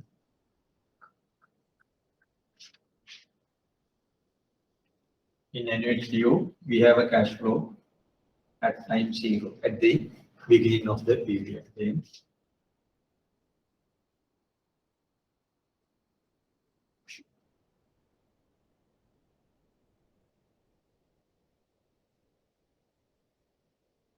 so we had only 5 cash flows.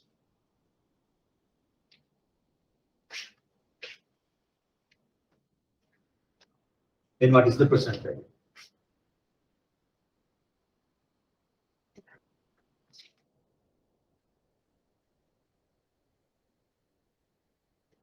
How do you calculate the present value of this cash flow? Still, R is 4%.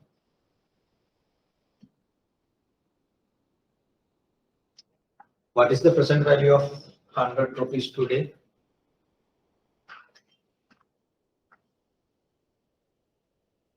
What is the present value of 100 rupees today?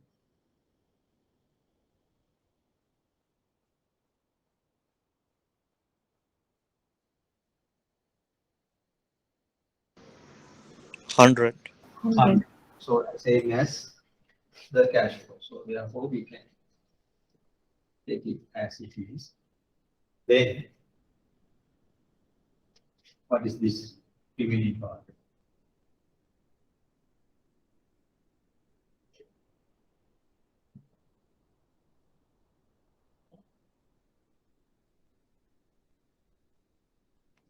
Sorry, in the previous example, I had 5 cash flows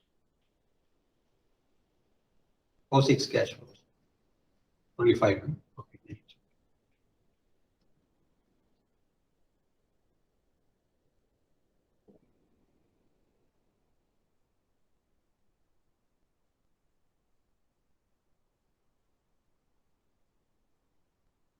What is this?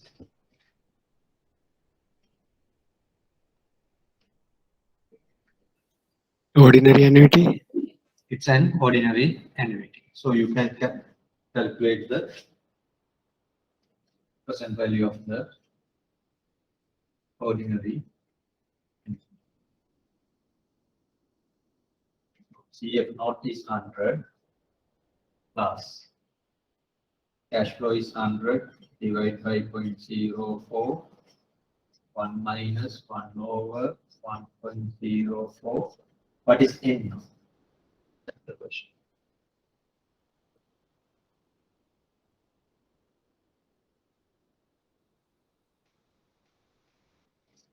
If my hand letters not clear, please tell me. What is N here now?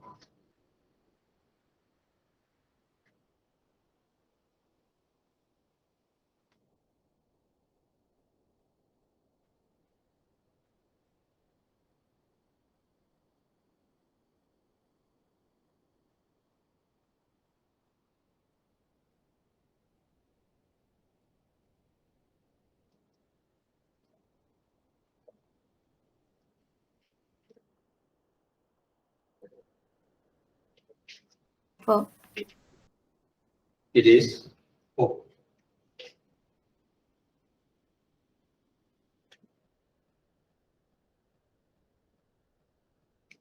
So that's how you calculate the present value of a annuity due. Clear?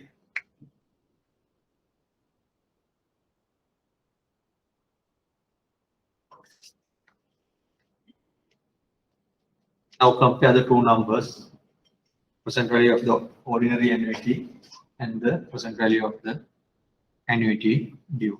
Which one is 5? Then the last one is the present value of a perpetuity. It is very simple. It is the cash flow over for a perpetuity. That's the equation. Again, it's a sum of a geometric series with infinite number of terms. So therefore, ultimately, you can get it into this or you can say cash flow over. Then cash flow occurs forever. Then the present value is CA over for the cash flow amount over the interest rate.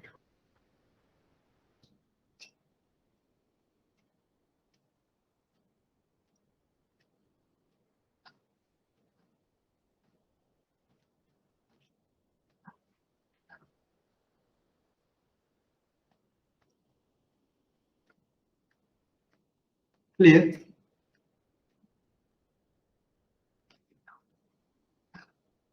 Any questions? So I think that's the end of that presentation.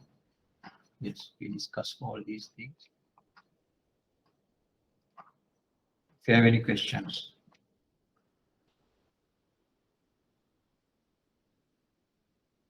If you don't have any questions, then I have.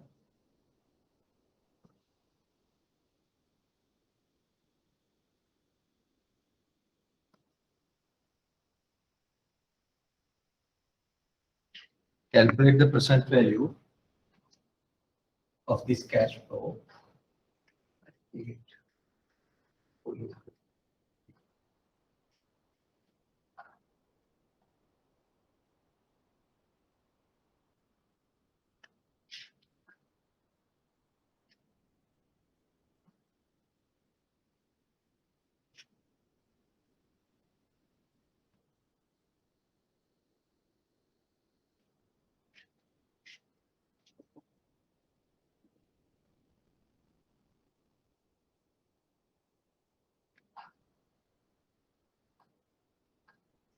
assume this in years,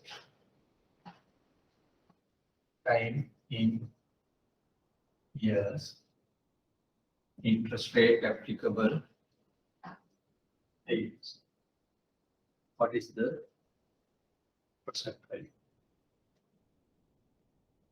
Do this calculation while taking a break as well. You take so altogether maybe about 15, say okay, say 20 minutes. At the end of 20 minutes, you should take the break as well as get the answer. Okay. Any questions?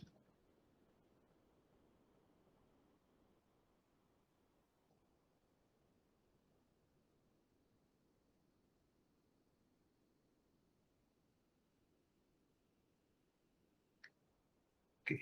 If you don't have any questions, we'll take the break. During the break, try to answer this question as well. We'll meet in about 15-20 minutes time.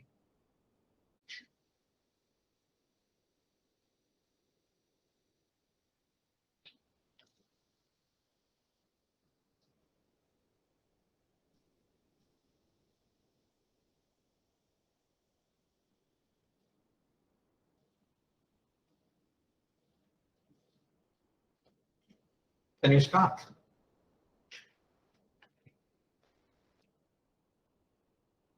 Have you found the answer?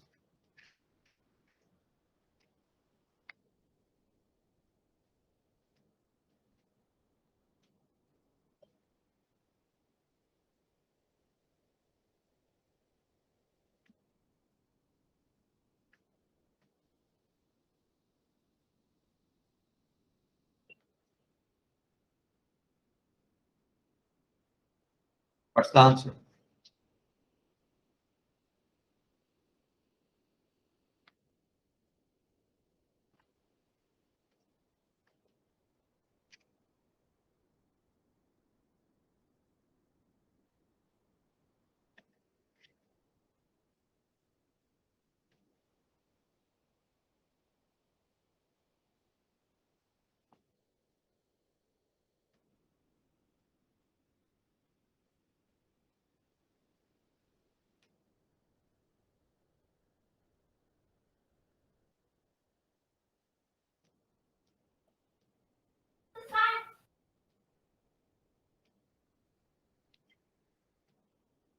Have you done this exercise, please?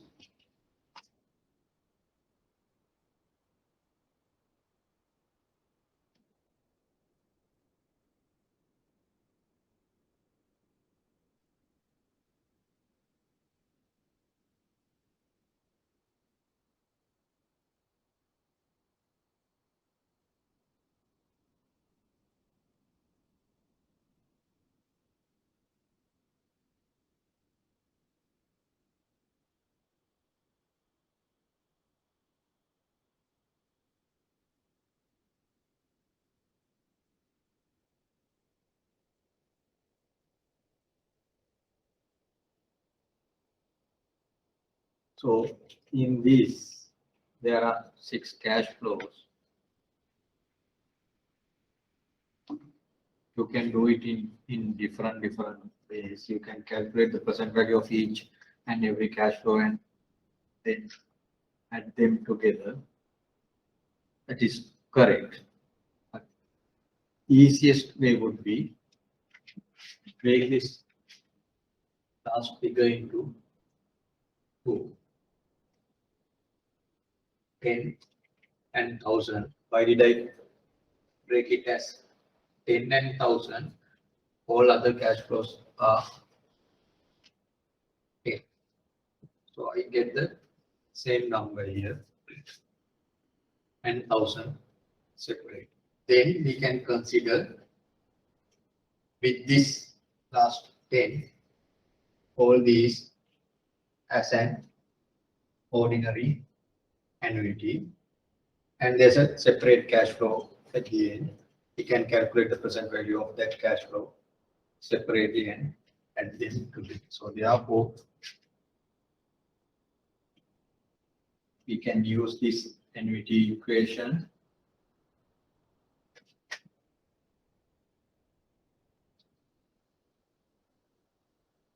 plus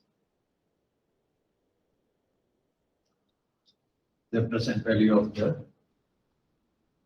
last cash flow. So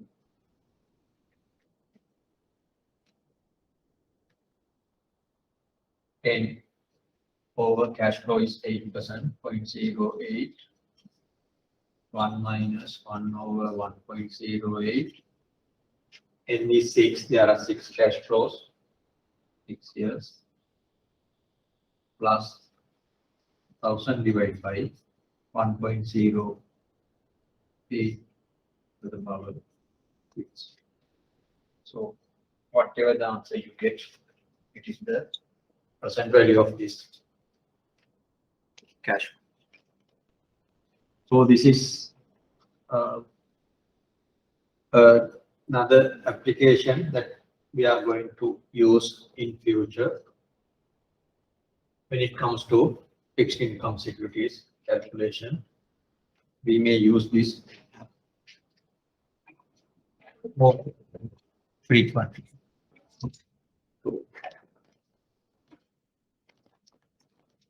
Then we can move into the next topic. That's all about what I wanted to discuss on the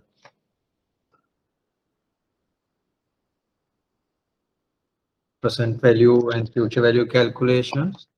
So we'll move into the new topic.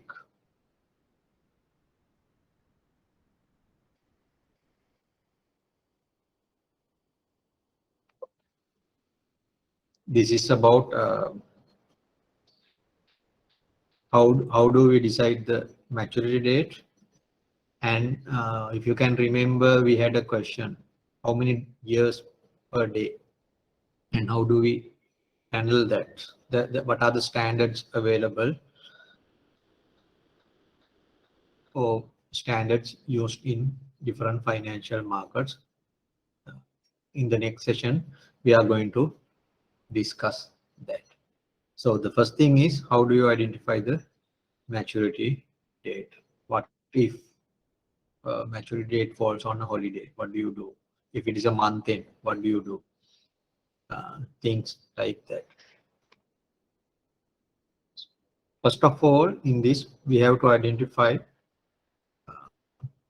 trade date and the value date.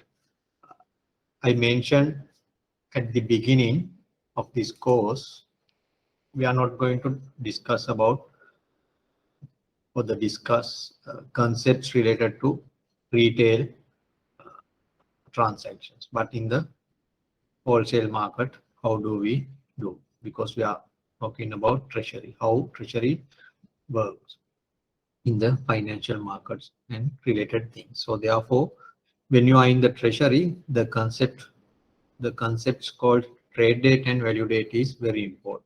What does it mean? It's not like that you go to a shop, you pay and you get the whatever goods. In treasury, you come to an agreement on a transaction, particular transaction, on one day, and the exchange of cash flows or the goods and services take place on a future date. Exchange the obligations or fulfill your obligation, and you receive whatever due happens on a future date, most probably. So the date that you enter into the transaction, that means you come to an agreement with your counterparty. We call a counterparty, the other party that you trade with. You enter into the agreement, suppose today. So we consider that date, we call it as the trade date. The date that you come to the agreement on a particular transaction, we call it as the trade date. And the date on which you are going to actually settle the transaction, you pay cash or you deliver whatever obligation, you receive whatever due, you get your ownership on another date. That date we call the value date, or sometimes we use the settlement date as. So that has to be clear. Trade date and value date. For example, suppose you may be familiar with little bit about the foreign exchange market. See, if you work in a branch, if a customer comes and say, I'm traveling abroad, I need to buy $1,000.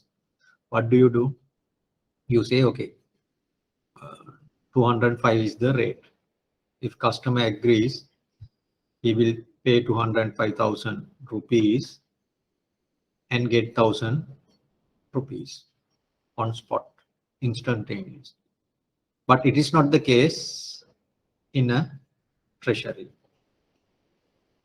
You call another bank and ask for a quote, exchange rate, say $4, 1 million. Then the counterparty will tell you, okay, 203 is the exchange rate, the rate. We'll come to that. There will be two quotes, not only one quote, one price. They will show you or give you two prices. Forget about that. Assume the counterparty or the other bank told you our price is 203 rupees per dollar. Okay, you are fine. You want to buy $1 million. You will tell the other party, other bank, okay, I will buy $1 million. So that happens today. But for $1 million, you have to pay 203 million rupees based on the exchange rate. When do you pay that? When do you receive that $1 million? It won't happen today. Generally, it will happen 2 business days later. Assume today is a working day, then today is 20th, not 21st, 22nd, the transaction will settle. So we call that 22nd is the value date. 20th is the trade date. Where you come to the agreement is the trade date. Where you actually transfer the ownership, or we call it settlement, take place, we call that date as the value date. Is it clear? In some transaction, it can be on the same date. You enter into the agreement today and you settle the transaction today itself. In some transaction, that can be the case. It can be 1 day, after 1 day, or 2 days, 3 days. And there are standards as well, depending on the market and depending on the instrument that you trade. There are conventions. With different products, we'll discuss these conventions. But here, what I wanted to highlight is you should be able to distinguish trade date and value date. Is it clear? Is there any question?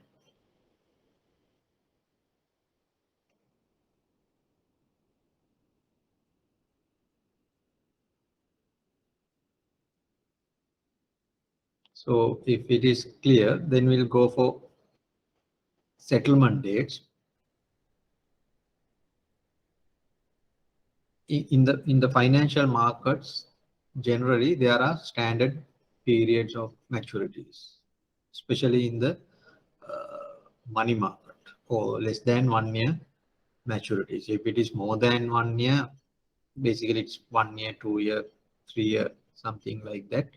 So it is very clear. But when it comes to money market, there are standard maturities. Most common things ones are 1 month maturity, 2 months maturity, 3 months, then 6 months and 12 months. 1 year means 12 months.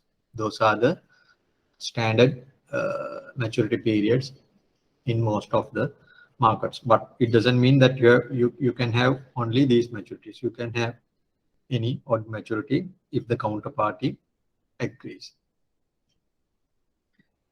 So in that case, how do you decide the maturity date?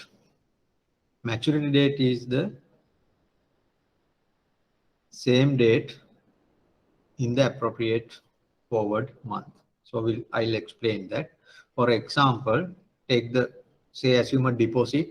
You want to place a deposit with a party, wholesale market. Trade date is Monday, 7th February 2022. So it's a Monday, 7th February. You come to an agreement with another party to place a deposit for a 1 month period, or you borrow for a 1 month period. Whatever it is, say 1 month. If it is on 7th, you come to the agreement on 7th. What is the value date? When do you transfer money to the other party? If it is a deposit, you have to place the deposit. That means you have to pay cash, transfer cash to the other party. When do you do that? Assume it's after 2 business days, then the value date would be on 9th February. 7th February is a Monday. 2 days after means Wednesday, 9th February. So you enter into the agreement on 7th February. You transfer your money to the other party, deposit taker, on 9th February. That's the value date. Then you start counting 1 month from this value date. Remember, it's from this value date. It's not from the trade date, because you haven't transferred anything on the trade date. You transfer funds on the value date. You start counting, or you start accruing interest from 9th February and onwards. Then the question is, what would be the maturity date?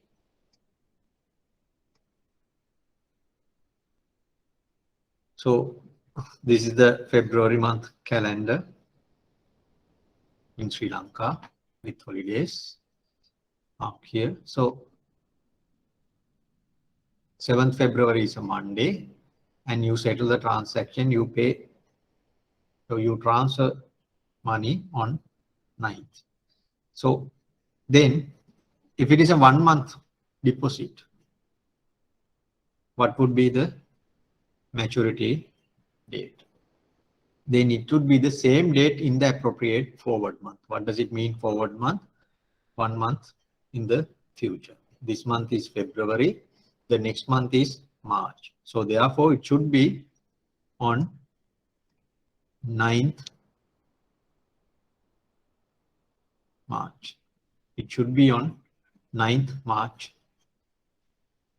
The maturity date falls on the 9th March next month. So you can see in the March, it's again Wednesday, and it's not a holiday.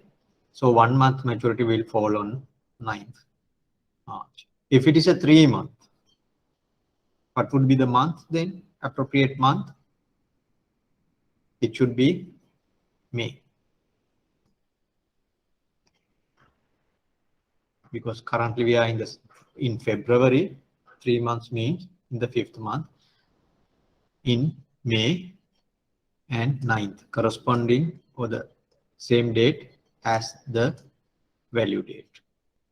9th February is the value date. Then the maturity should fall on a 9th day of the appropriate month. For a 3 month deposit, appropriate month, forward month is the month of May. So 9 is a Monday. So the value date, or the maturity date, would be 9th May. If it is 6 month, February, and we are in February, 6 month forward means it will be in August, and it should be August 9th. And again, it's not a holiday. So August 9th is the maturity date. That is what we call standard period maturity. So the maturity falls on the same date of the appropriate forward. But we start counting, or the date is beginning with the value date, not with the trade date. Then we'll move forward. There's another agreement in the market. You never process a month end for a maturity if it is falls on the last if you have done the settlement or the value date on the last date of the month. For example, if we consider this year January, the last business day is 31st. Last business day of the month of January is 31st. Assume we did a trade on 27th January, assuming the settlement date falls after 2 business days, then the settlement date would be on 31st January. That is the last date of the month, last business day of that month. So then 1 month deposit or whatever the product, 1 month maturity would fall on the last business day of the next month. Last business day of the next month. So you know in February there's only 28 days. So you cannot move 1 month maturity into the month of March. It has to be on or in February. It has to be in the month of February. So therefore, maturity date falls on 28th February. From this date to this date, it is 1 month. You might think there are no 30 days or 31 days. That's fine. But this is the standard 1 month period. If we consider 2 months, then it will be in March because the settlement was on 31st January. Then it has to be the last business day of the month of March. You can see March there are 31 days and the last day is a business day. So this would be the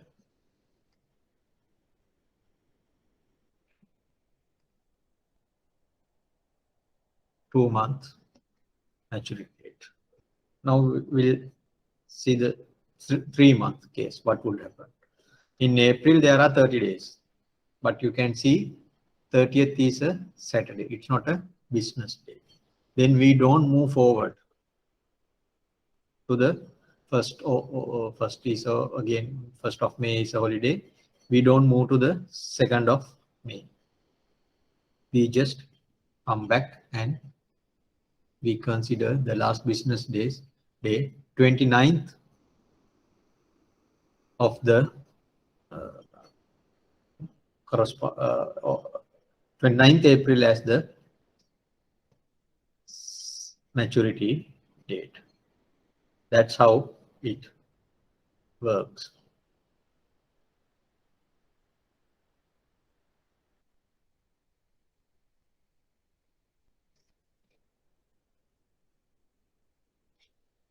End rule just mentioned that month end should be match with the month end. The last business day in current month is not last calendar date in the month. Then in the previous example, last business day of April 2022 is 29th. So we consider this as the last business or last settlement date. We don't move forward.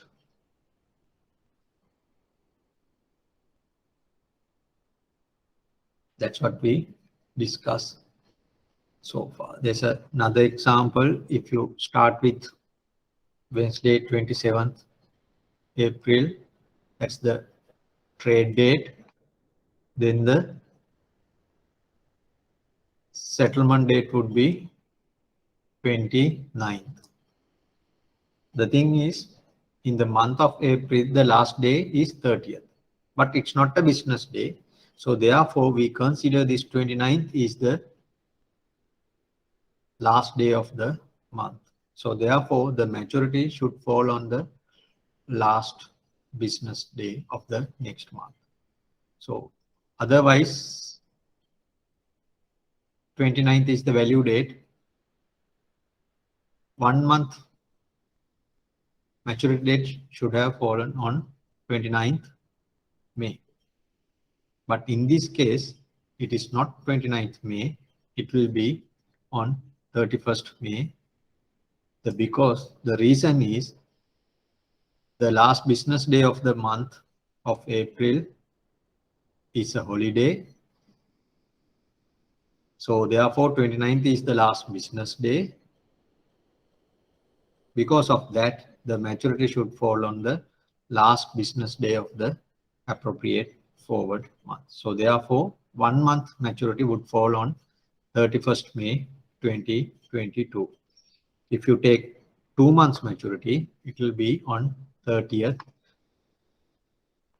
June, because 30th June is a working day, it's not a holiday. If I go back to, okay, say if we did a transaction on 26th January, then the settlement date would fall on 28th Friday. Then what would be the 1 month maturity? It would be 28th February, corresponding date. For 2 months, it would be 28th March. For 3 months, it would be 28th April, because this is not the last business day in the month of January. There's another business day, 31st as the last business day.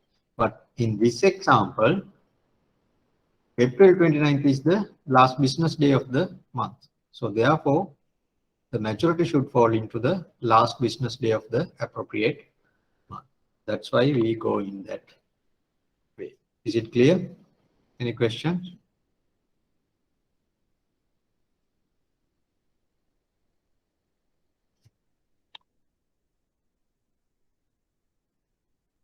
If you place the enter into the transaction on April, 3 month maturity will fall into the month of July. So then we have to go to the last business day of July. So you can see 30th and 31st are holidays. So therefore the maturity falls on 29th.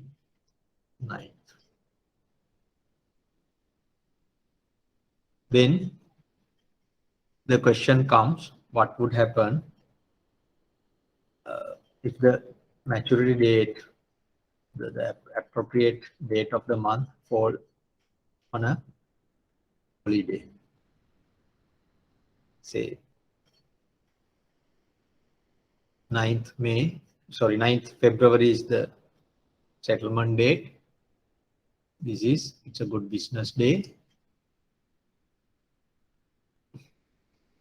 In March, in May, in August, everywhere, 9th is a business day. But there can be, okay, in April, 9th is not a business day. So you place the deposit in 9th February for 2 months. Then what would be the maturity date? It should be 9th April, but it's not a business day. Then what do you do? In that instance, when it falls on the middle of the month, at that point, you move the maturity date into the future, not to the back. You move forward it.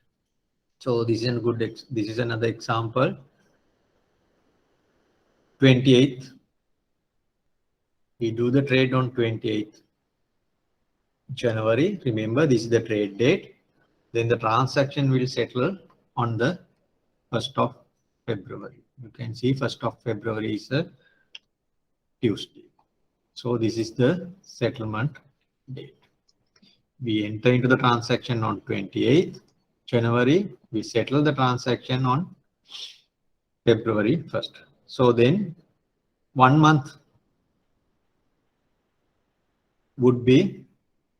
should be 1st March, but in Sri Lanka, 1st March is a holiday. Then what do? You don't go back and settle the transaction on 28th February. No, in that case, you move forward. Consider the maturity date as the next business day. So we move forward and consider 2nd March as the maturity date. Assume you enter into a transaction for a 3-month maturity. So then it should be in the month of May. If you take the calendar of this year, 1st of May is a holiday. 2nd, 3rd, I think it's the weekend. Sorry, 2nd, 3rd also there are holidays. 1st is Saturday, I guess, Sunday. 2nd, 3rd, Monday and Tuesday. Maybe, if I remember, they are holidays. And maturity date would fall on 4th May. However, we move forward to the next business day, irrespective of the number of days that we move. It may be 1 day or 2 days or 3 days, but we move forward, we don't come back. That happens if you go by the standard months. Say you enter into a transaction today and you say this is for a 1 month period. Then you have to follow this standard. But if you want a particular maturity date, then you have to inform the party, I need this specific maturity date. Then we call it a broken date. So between the counterparties, you can agree on any maturity date, on any value date. But then you should not refer it as a standard settlement period. You cannot say today I need 1 month maturity and ask for a specific date. You can't do that both. If you say 1 month, it should be according to these set of rules. You decide the maturity date. So is it clear? How do you decide the maturity date based on the value date? Is there any question?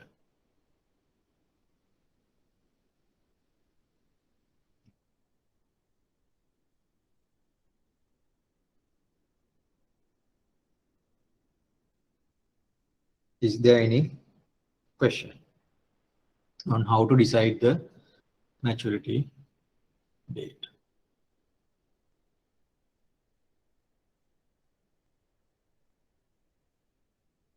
Even in more than 1 year transaction, we follow the same concept. Say 21st February is a Monday. You enter into a 1 year transaction or a 5 year transaction, and the 21st is not February on that year is a Saturday. Then you move the maturity date to the 22nd of February. That's how you decide the maturity dates. Any question? So if you don't have any questions, I'll move forward to discuss about day count conventions. You may remember we had this problem when I asked you to calculate a 6-month interest rate. Different participants came up with different answers, with small changes in answers. Why? They use various number of days within a 6-month period and various number of days per year. Even if I ask how many number of days per year, what is your answer? In general, yes, 365 days. But when it comes to financial markets, no, you can't say it's 365 days. That depends on the market. In which market you are in, you have presence. What is the product that you are going to discuss? So I'm going to explain again that various day count conventions, standard conventions used in the financial markets.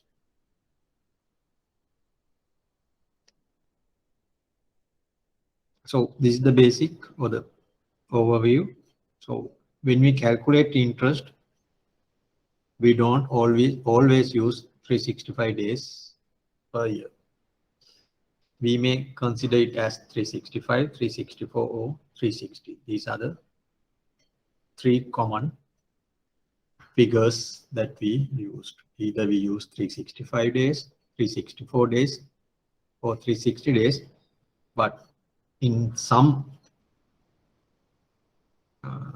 it may change to 366 if there's any leap year involved in that transaction, and the transaction based on the day count convention that we are going to use. I'll explain that later. But 365, 364, and 360 is the most common numbers that we consider as the number of days per year in the financial markets. Then the next question comes for a 1 month period. How many days? If we go back this example, we place a deposit on 9th February for a 1 month period. Then it will mature on 9th March. 9th February to 9th March. How many days are there?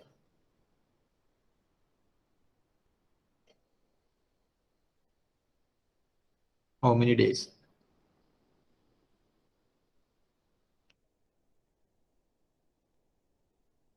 Okay. Yes, that's another thing that most people get confused. How many days are there?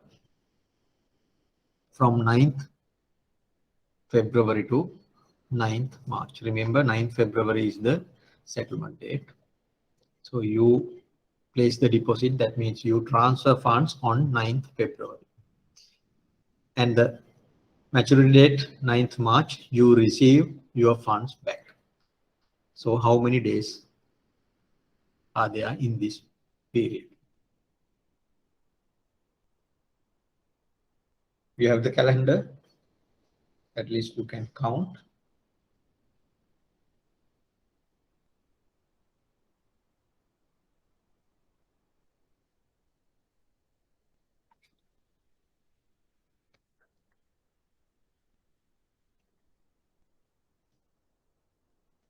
From 9th February to 9th March, how many days?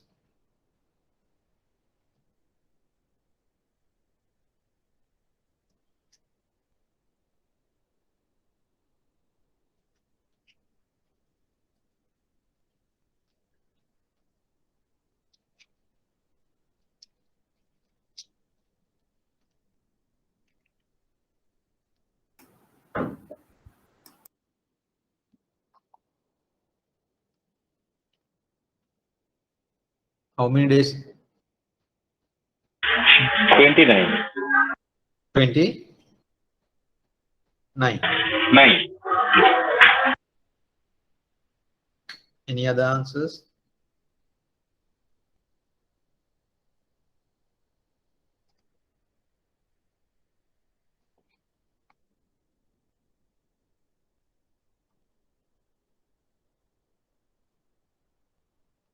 29 days. Is it correct?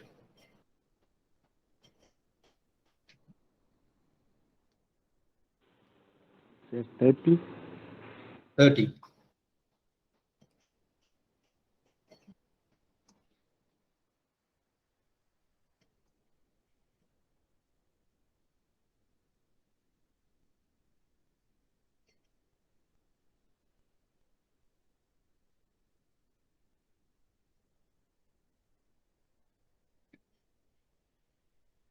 Any other answers? 28 days, sir. 28 days.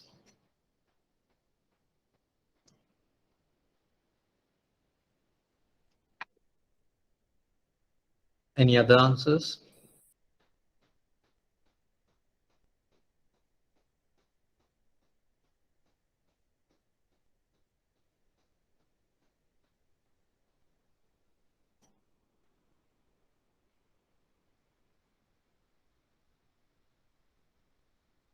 Is there any other answers? Okay. If you don't have any other answers, 29. Can someone explain how do you get these 29 days?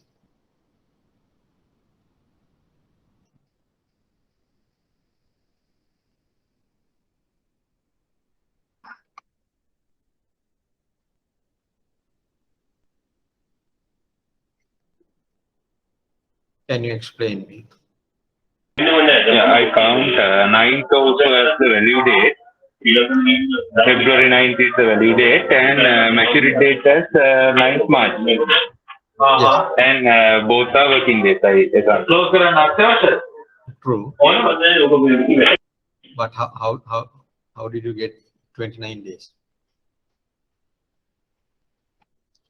Shall we start counting?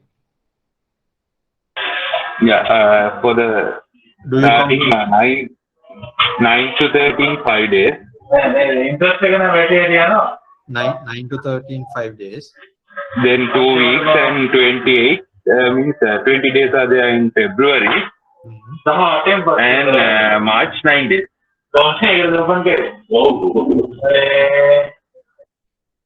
Okay. 29 is that's how you get 29.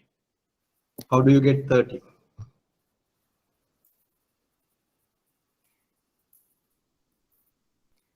So answer is 28. Sorry? Answer is 28. You pay interest from the day one and you don't pay interest for the date of date of maturity. So you are justifying how do you get 28? Yeah. Yeah, you get 28 because you include this 9th February, but you exclude 9th March. Yes. Because you don't get interest for 9th March. That's the date that you get funds back. Yes. That's what you argue. Okay, that's how you justify 28. Yes. How do you get 30?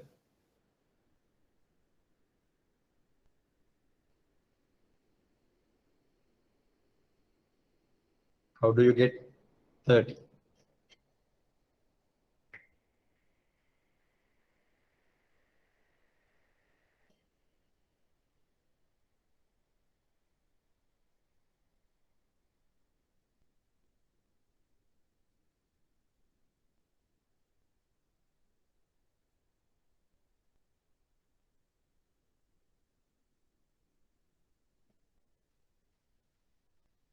So, few things.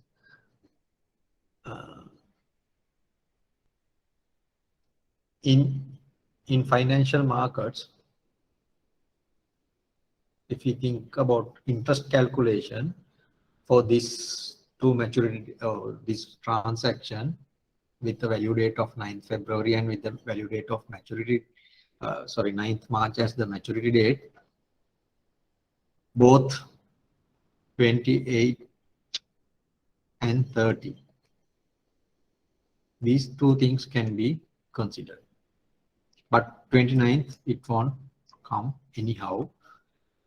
So I'll first explain why 28. If you count actual days between February 9th and March 9th, there are only 28 days.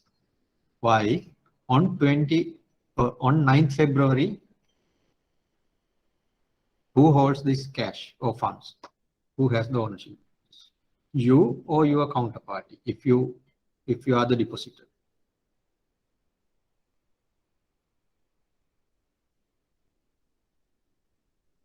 Whether you hold cash or you has the ownership, or the counterparty, the other party has the ownership on 9th.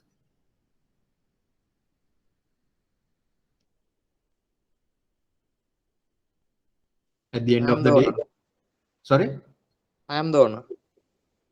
on 9th February, Yes, sir. that's the value date. You are depositor or the deposit taker? I am the depositor. You are the depositor. So Yes. on 9th, you have your money with you. No, the institution is the owner. Sorry? Institution is the owner. And It means institution Deposit means taker. deposit taker is the owner. Yes. The value date is 9th February. So by that date, before the end of the day, you should transfer funds to the other party. If you are the depositor, the ownership moves from depositor to deposit take. So this day on February 9th, the deposit taker has the money for the ownership. So therefore, we have to count this as one day. Depositor, as the depositor, you should get interest for this date, 9th February. Likewise, if you count, so 9th, yes, 10th, yes, likewise, 5 days up to this, then 14 days and 1 day. Altogether, there are 20 days in the month of February. Then in the month of March, yes, 1st, 2nd, 3rd, 4th, 5th, 6th, 7th, 8th, 5. All these days, the deposit taker has the ownership. On 9th, what would happen? On 9th March, who has the, or who takes the ownership? That's the maturity date.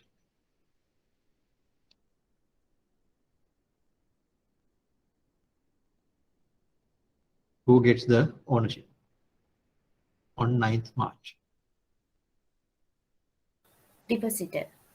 Depositor. You get your money back as the depositor. That's the maturity date. On the maturity date, the initial owner gets the fund.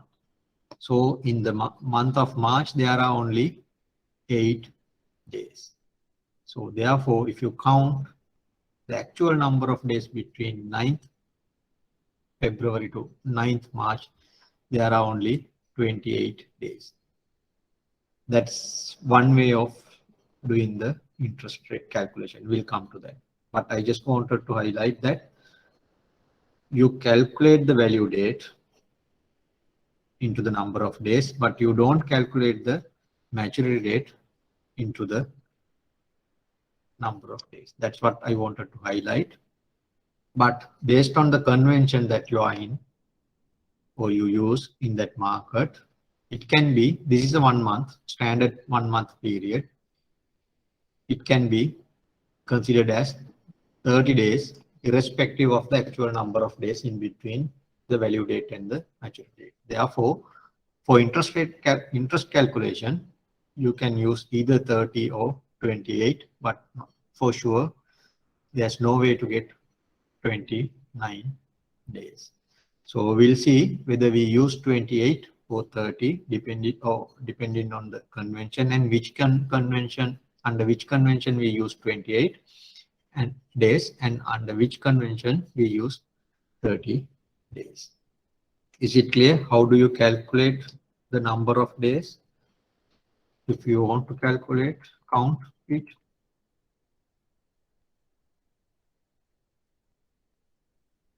So number of days per month also vary depending on the market. And day count conventions. How do we count these number of days for a year, for a particular period? Again, that means number of days per month, number of days per year. Again, that depends on based on two past or broad conventions. We call it money market basis and bond basis. In money market, we use a set of conventions. In bond markets, we use another set of conventions. So based on that, even the future value, present value calculations we did, we may have to do some slight changes in the way that we do the calculation, whether we are in the money market or whether we are in the bond market, or we follow the money market convention or the bond market convention. So we'll discuss these. First, we'll discuss what do we use in money market. The first convention is actual 360 convention. Actual 360 convention. What does it mean? The denominator 360, or in any convention we use this figure stroke another figure. What is in the second part, this 360, that is the number of days that we consider for a year.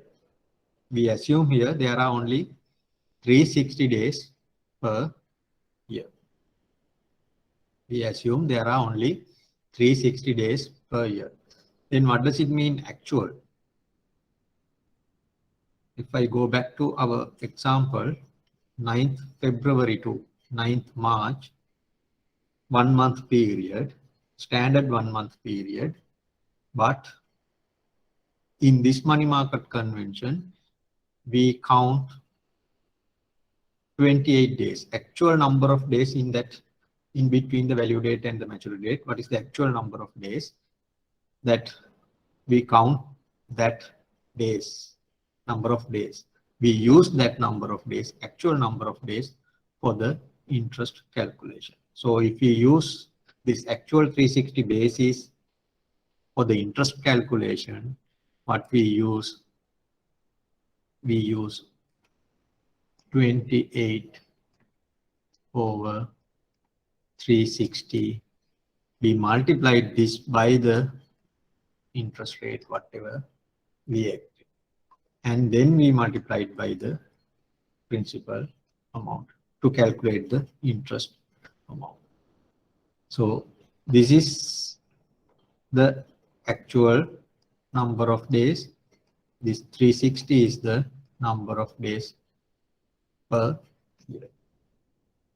So in this scenario, we use 28 days as the maturity period of the transaction and 360 days per year. Mostly US domestic money market, that means if you place a deposit or you borrow in US dollars within US,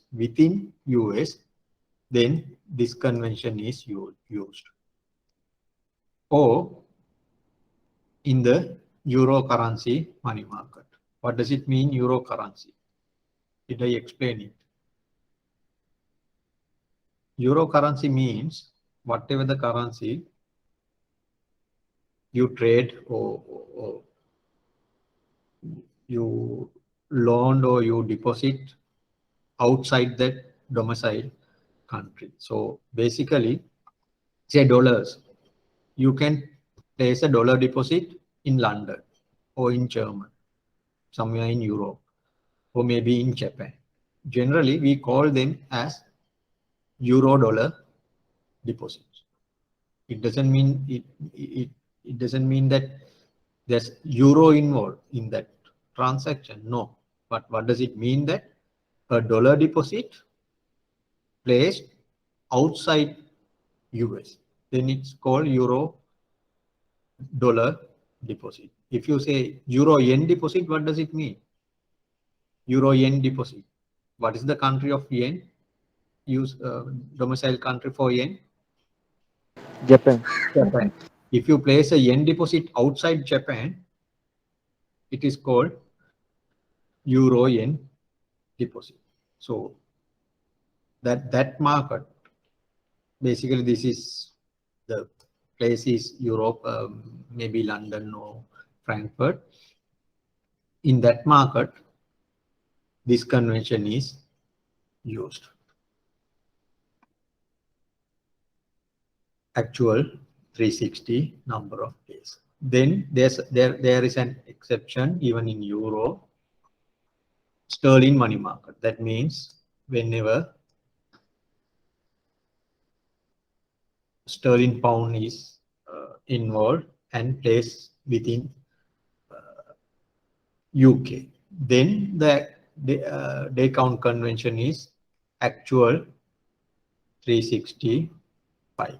Still, we count the actual number of days for that particular period, but for a 1 year period, we consider it as there are 365 days. So in our previous example, it would be 28 over 365 into applicable interest rate into principal amount. So this is basically used in sterling market, UK. So then, you know, a lot of things are inherited from different reasons. So most of the colonial countries in their domestic markets, they use the same convention. That's why mostly in Sri Lanka, we use this actual 365 convention here as well. So Singapore, India, and Australian dollar, if it is domestic, if you place a deposit within Australia in Australian dollar, they use this 365 actual 365 day count convention. But if you place Australian dollar deposit in London, it will be based on actual 360 days. So therefore, all over-the-counter cash transactions in sterling, that means Great Britain pound, will be on actual 365 day count convention. Is it clear? Any question?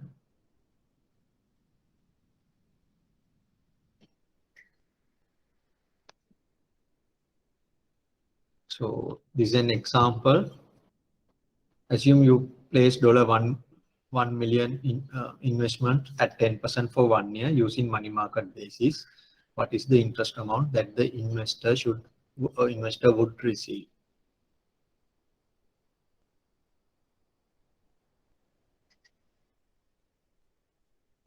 What would be the answer? So it's simple interest and ask only the interest component. This is the equation which we know. Interest component equals principal amount into interest rate into T, time frame. So now the question is, what is this time frame? The currency is US dollar. So you invest in US money market. So what is the day count convention? Actual 360. So, but this is for a 1 year period. Then if it is for a 1 year period, what is actual number of days?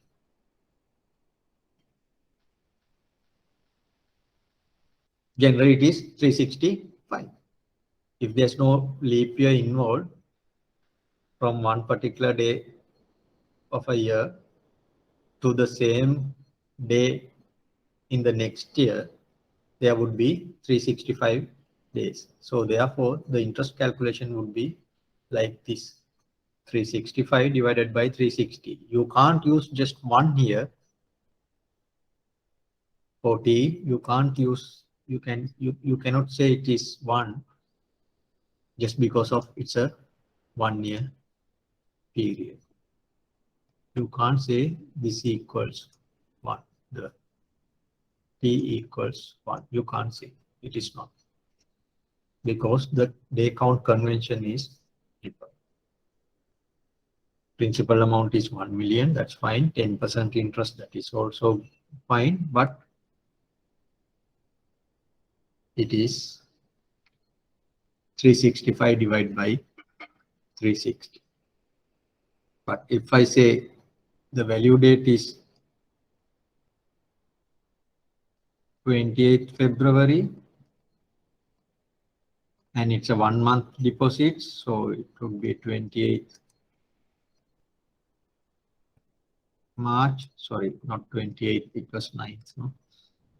In our example.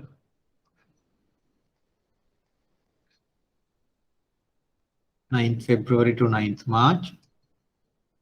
This is the value date. This is the maturity date. Then there are 28 days. Then this calculation would be, instead of 365, you would see there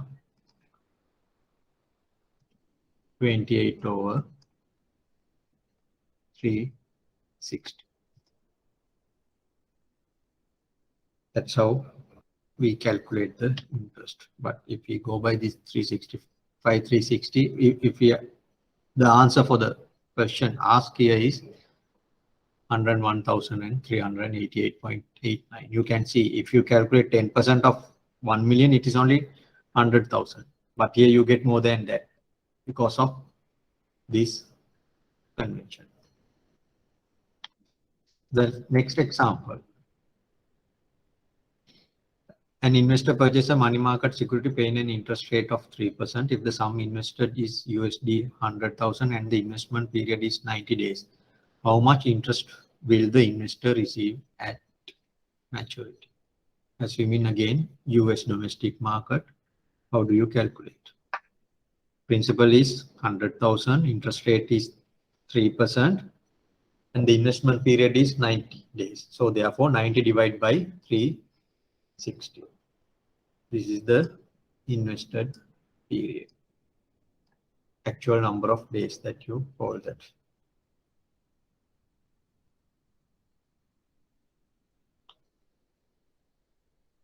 It's $150. The same thing, but in sterling, 100,000 sterling. Then what is the difference? This would be, the day count convention would be actual over 365 instead of 360. So will you get 750 less than that or more than that? In this example, the answer, would it be more than 750 or less than 750 or exactly 750? Interest rate is 3%, same as the previous. Period is 90%, same as. But in the earlier case, instead of 365 $4, we had 360. But here 365. So we divide it by the large number. So therefore the interest amount would be slightly lower than the previous answer, slightly lower than 750. So 90 over 365, then you won't get 750, you get 739.73.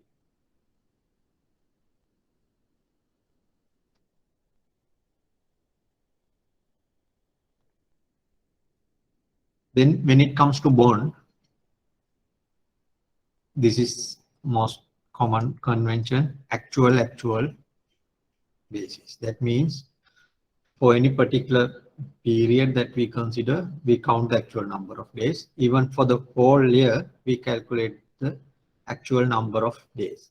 So basically for standard years, it could be 365, but if there's any leap year, it can be 366. That's why I mentioned earlier in my present is there can be situations where we use 366. That because when we use actual number of days per year, then there can be instances 366 is used. So this convention is mostly used by government bonds, bond market, including Sri Lanka.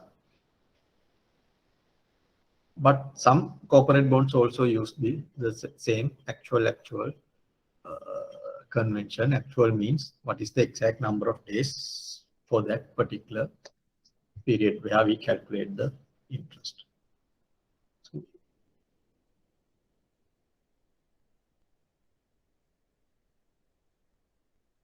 Then there's another convention which is called actual 365. Again, like same as money market convention in UK.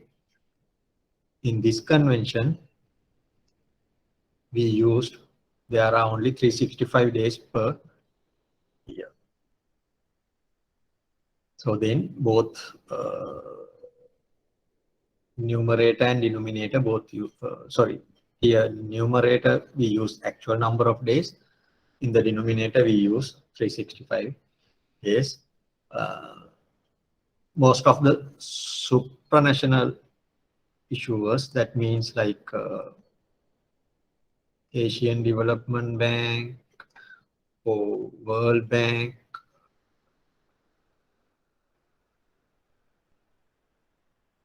yes, in IMF, European Investment Bank, JICA,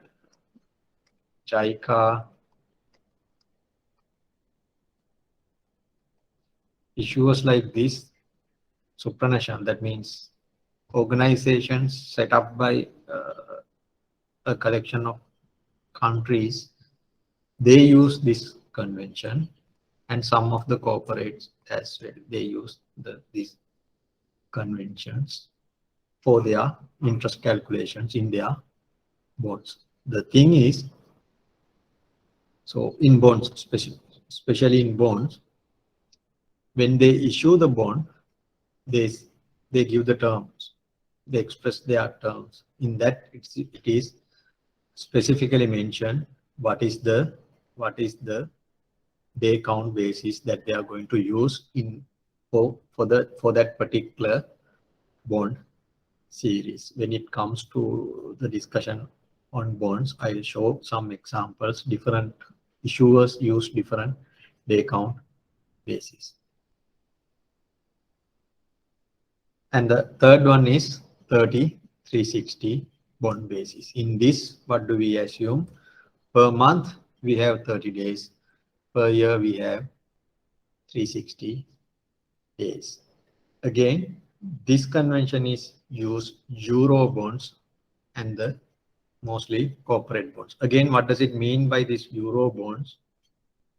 The same concept as I explained. This is not the bonds that denominated in Euro, but bonds issued in other currencies outside of the domicile country. If a dollar bond is issued in UK or Frankfurt outside US, then it is considered as a Euro bond. Most of the Euro bonds are used this convention. Corporate bonds, irrespective of the country, irrespective of the issuing place, you might see almost everywhere these corporate bonds is appear, depending on their domicile, say, or what they prefer, the corporate, what they prefer and what they're familiar, depending on that, they will use any of these conventions. Say Sri Lankan corporate generally may go by actual basis because that's convention in Sri Lanka. But if they think they want to go by actual 365, they may go like that. So there's no hard and fast rule, especially in bonds. You have to be careful and check what is the day count convention used in this particular bond, because you can see even the same interest rate, ultimately the interest amount that you get would differ depending on the day count convention that you used. So even though the stated rate is 3%, effective rate is not 3%.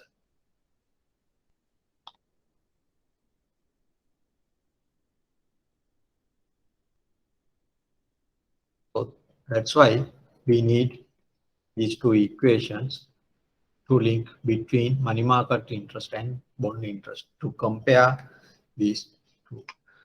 So this is only one way. When you have 365, 360 day basis, then the bond basis would be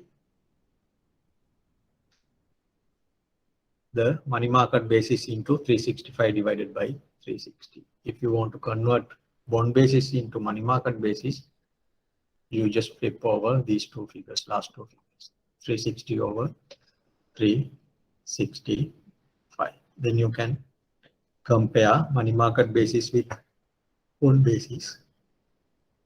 Otherwise, same interest rate figure won't give you the same interest. You have to compare apples with apples, oranges with oranges. So if it is apple, you have to convert apple into an orange, and then only you can compare the figure. So this is an example. You are given two options, investment A and investment B. Investment A interest rate is 2%, investment B interest rate is 1.9%, but the basis is, for the investment A it is bond basis, investment B it is money market basis. Which investment that you would select, investment A or investment B? Just because of this is 2%, that gives you a higher rate, you should not select this. You convert either the bond basis to the money market basis and compare it, or you convert money market basis to the bond basis and compare it. So here I just convert bond basis to the money market basis using this equation. You can see you get only 1.97%. So therefore, better you invest in the investment B than investment A. So any questions on this? And this convention you should be familiar with, and you should know that there are these conventions. And depending on the currency and depending on the market, you should apply those conventions. But go back and think, in Sri Lanka, when you take deposits, which convention that you use, and whether there's any uniformity across all banks in Sri Lanka.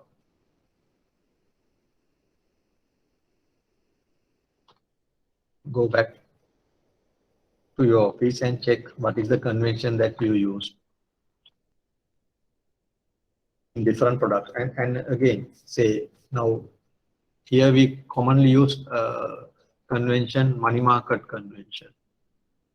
In none of these money market basis, we could see 364.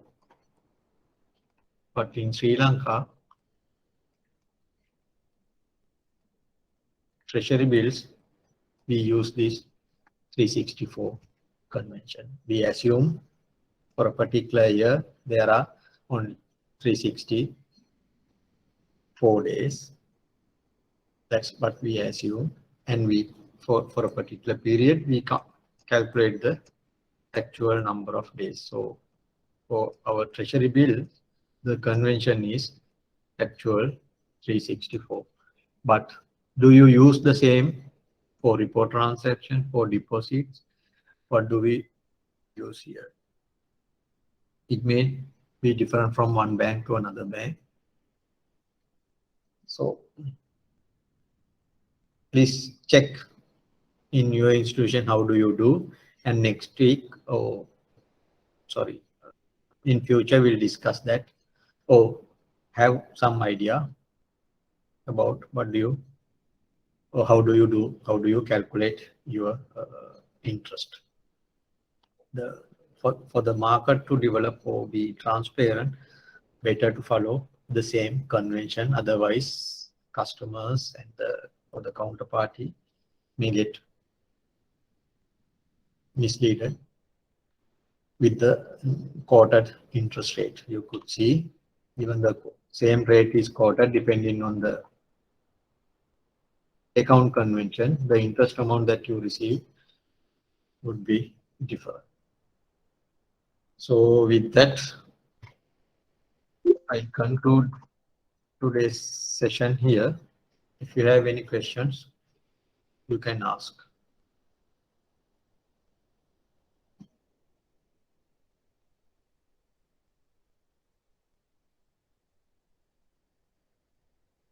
Is there any question?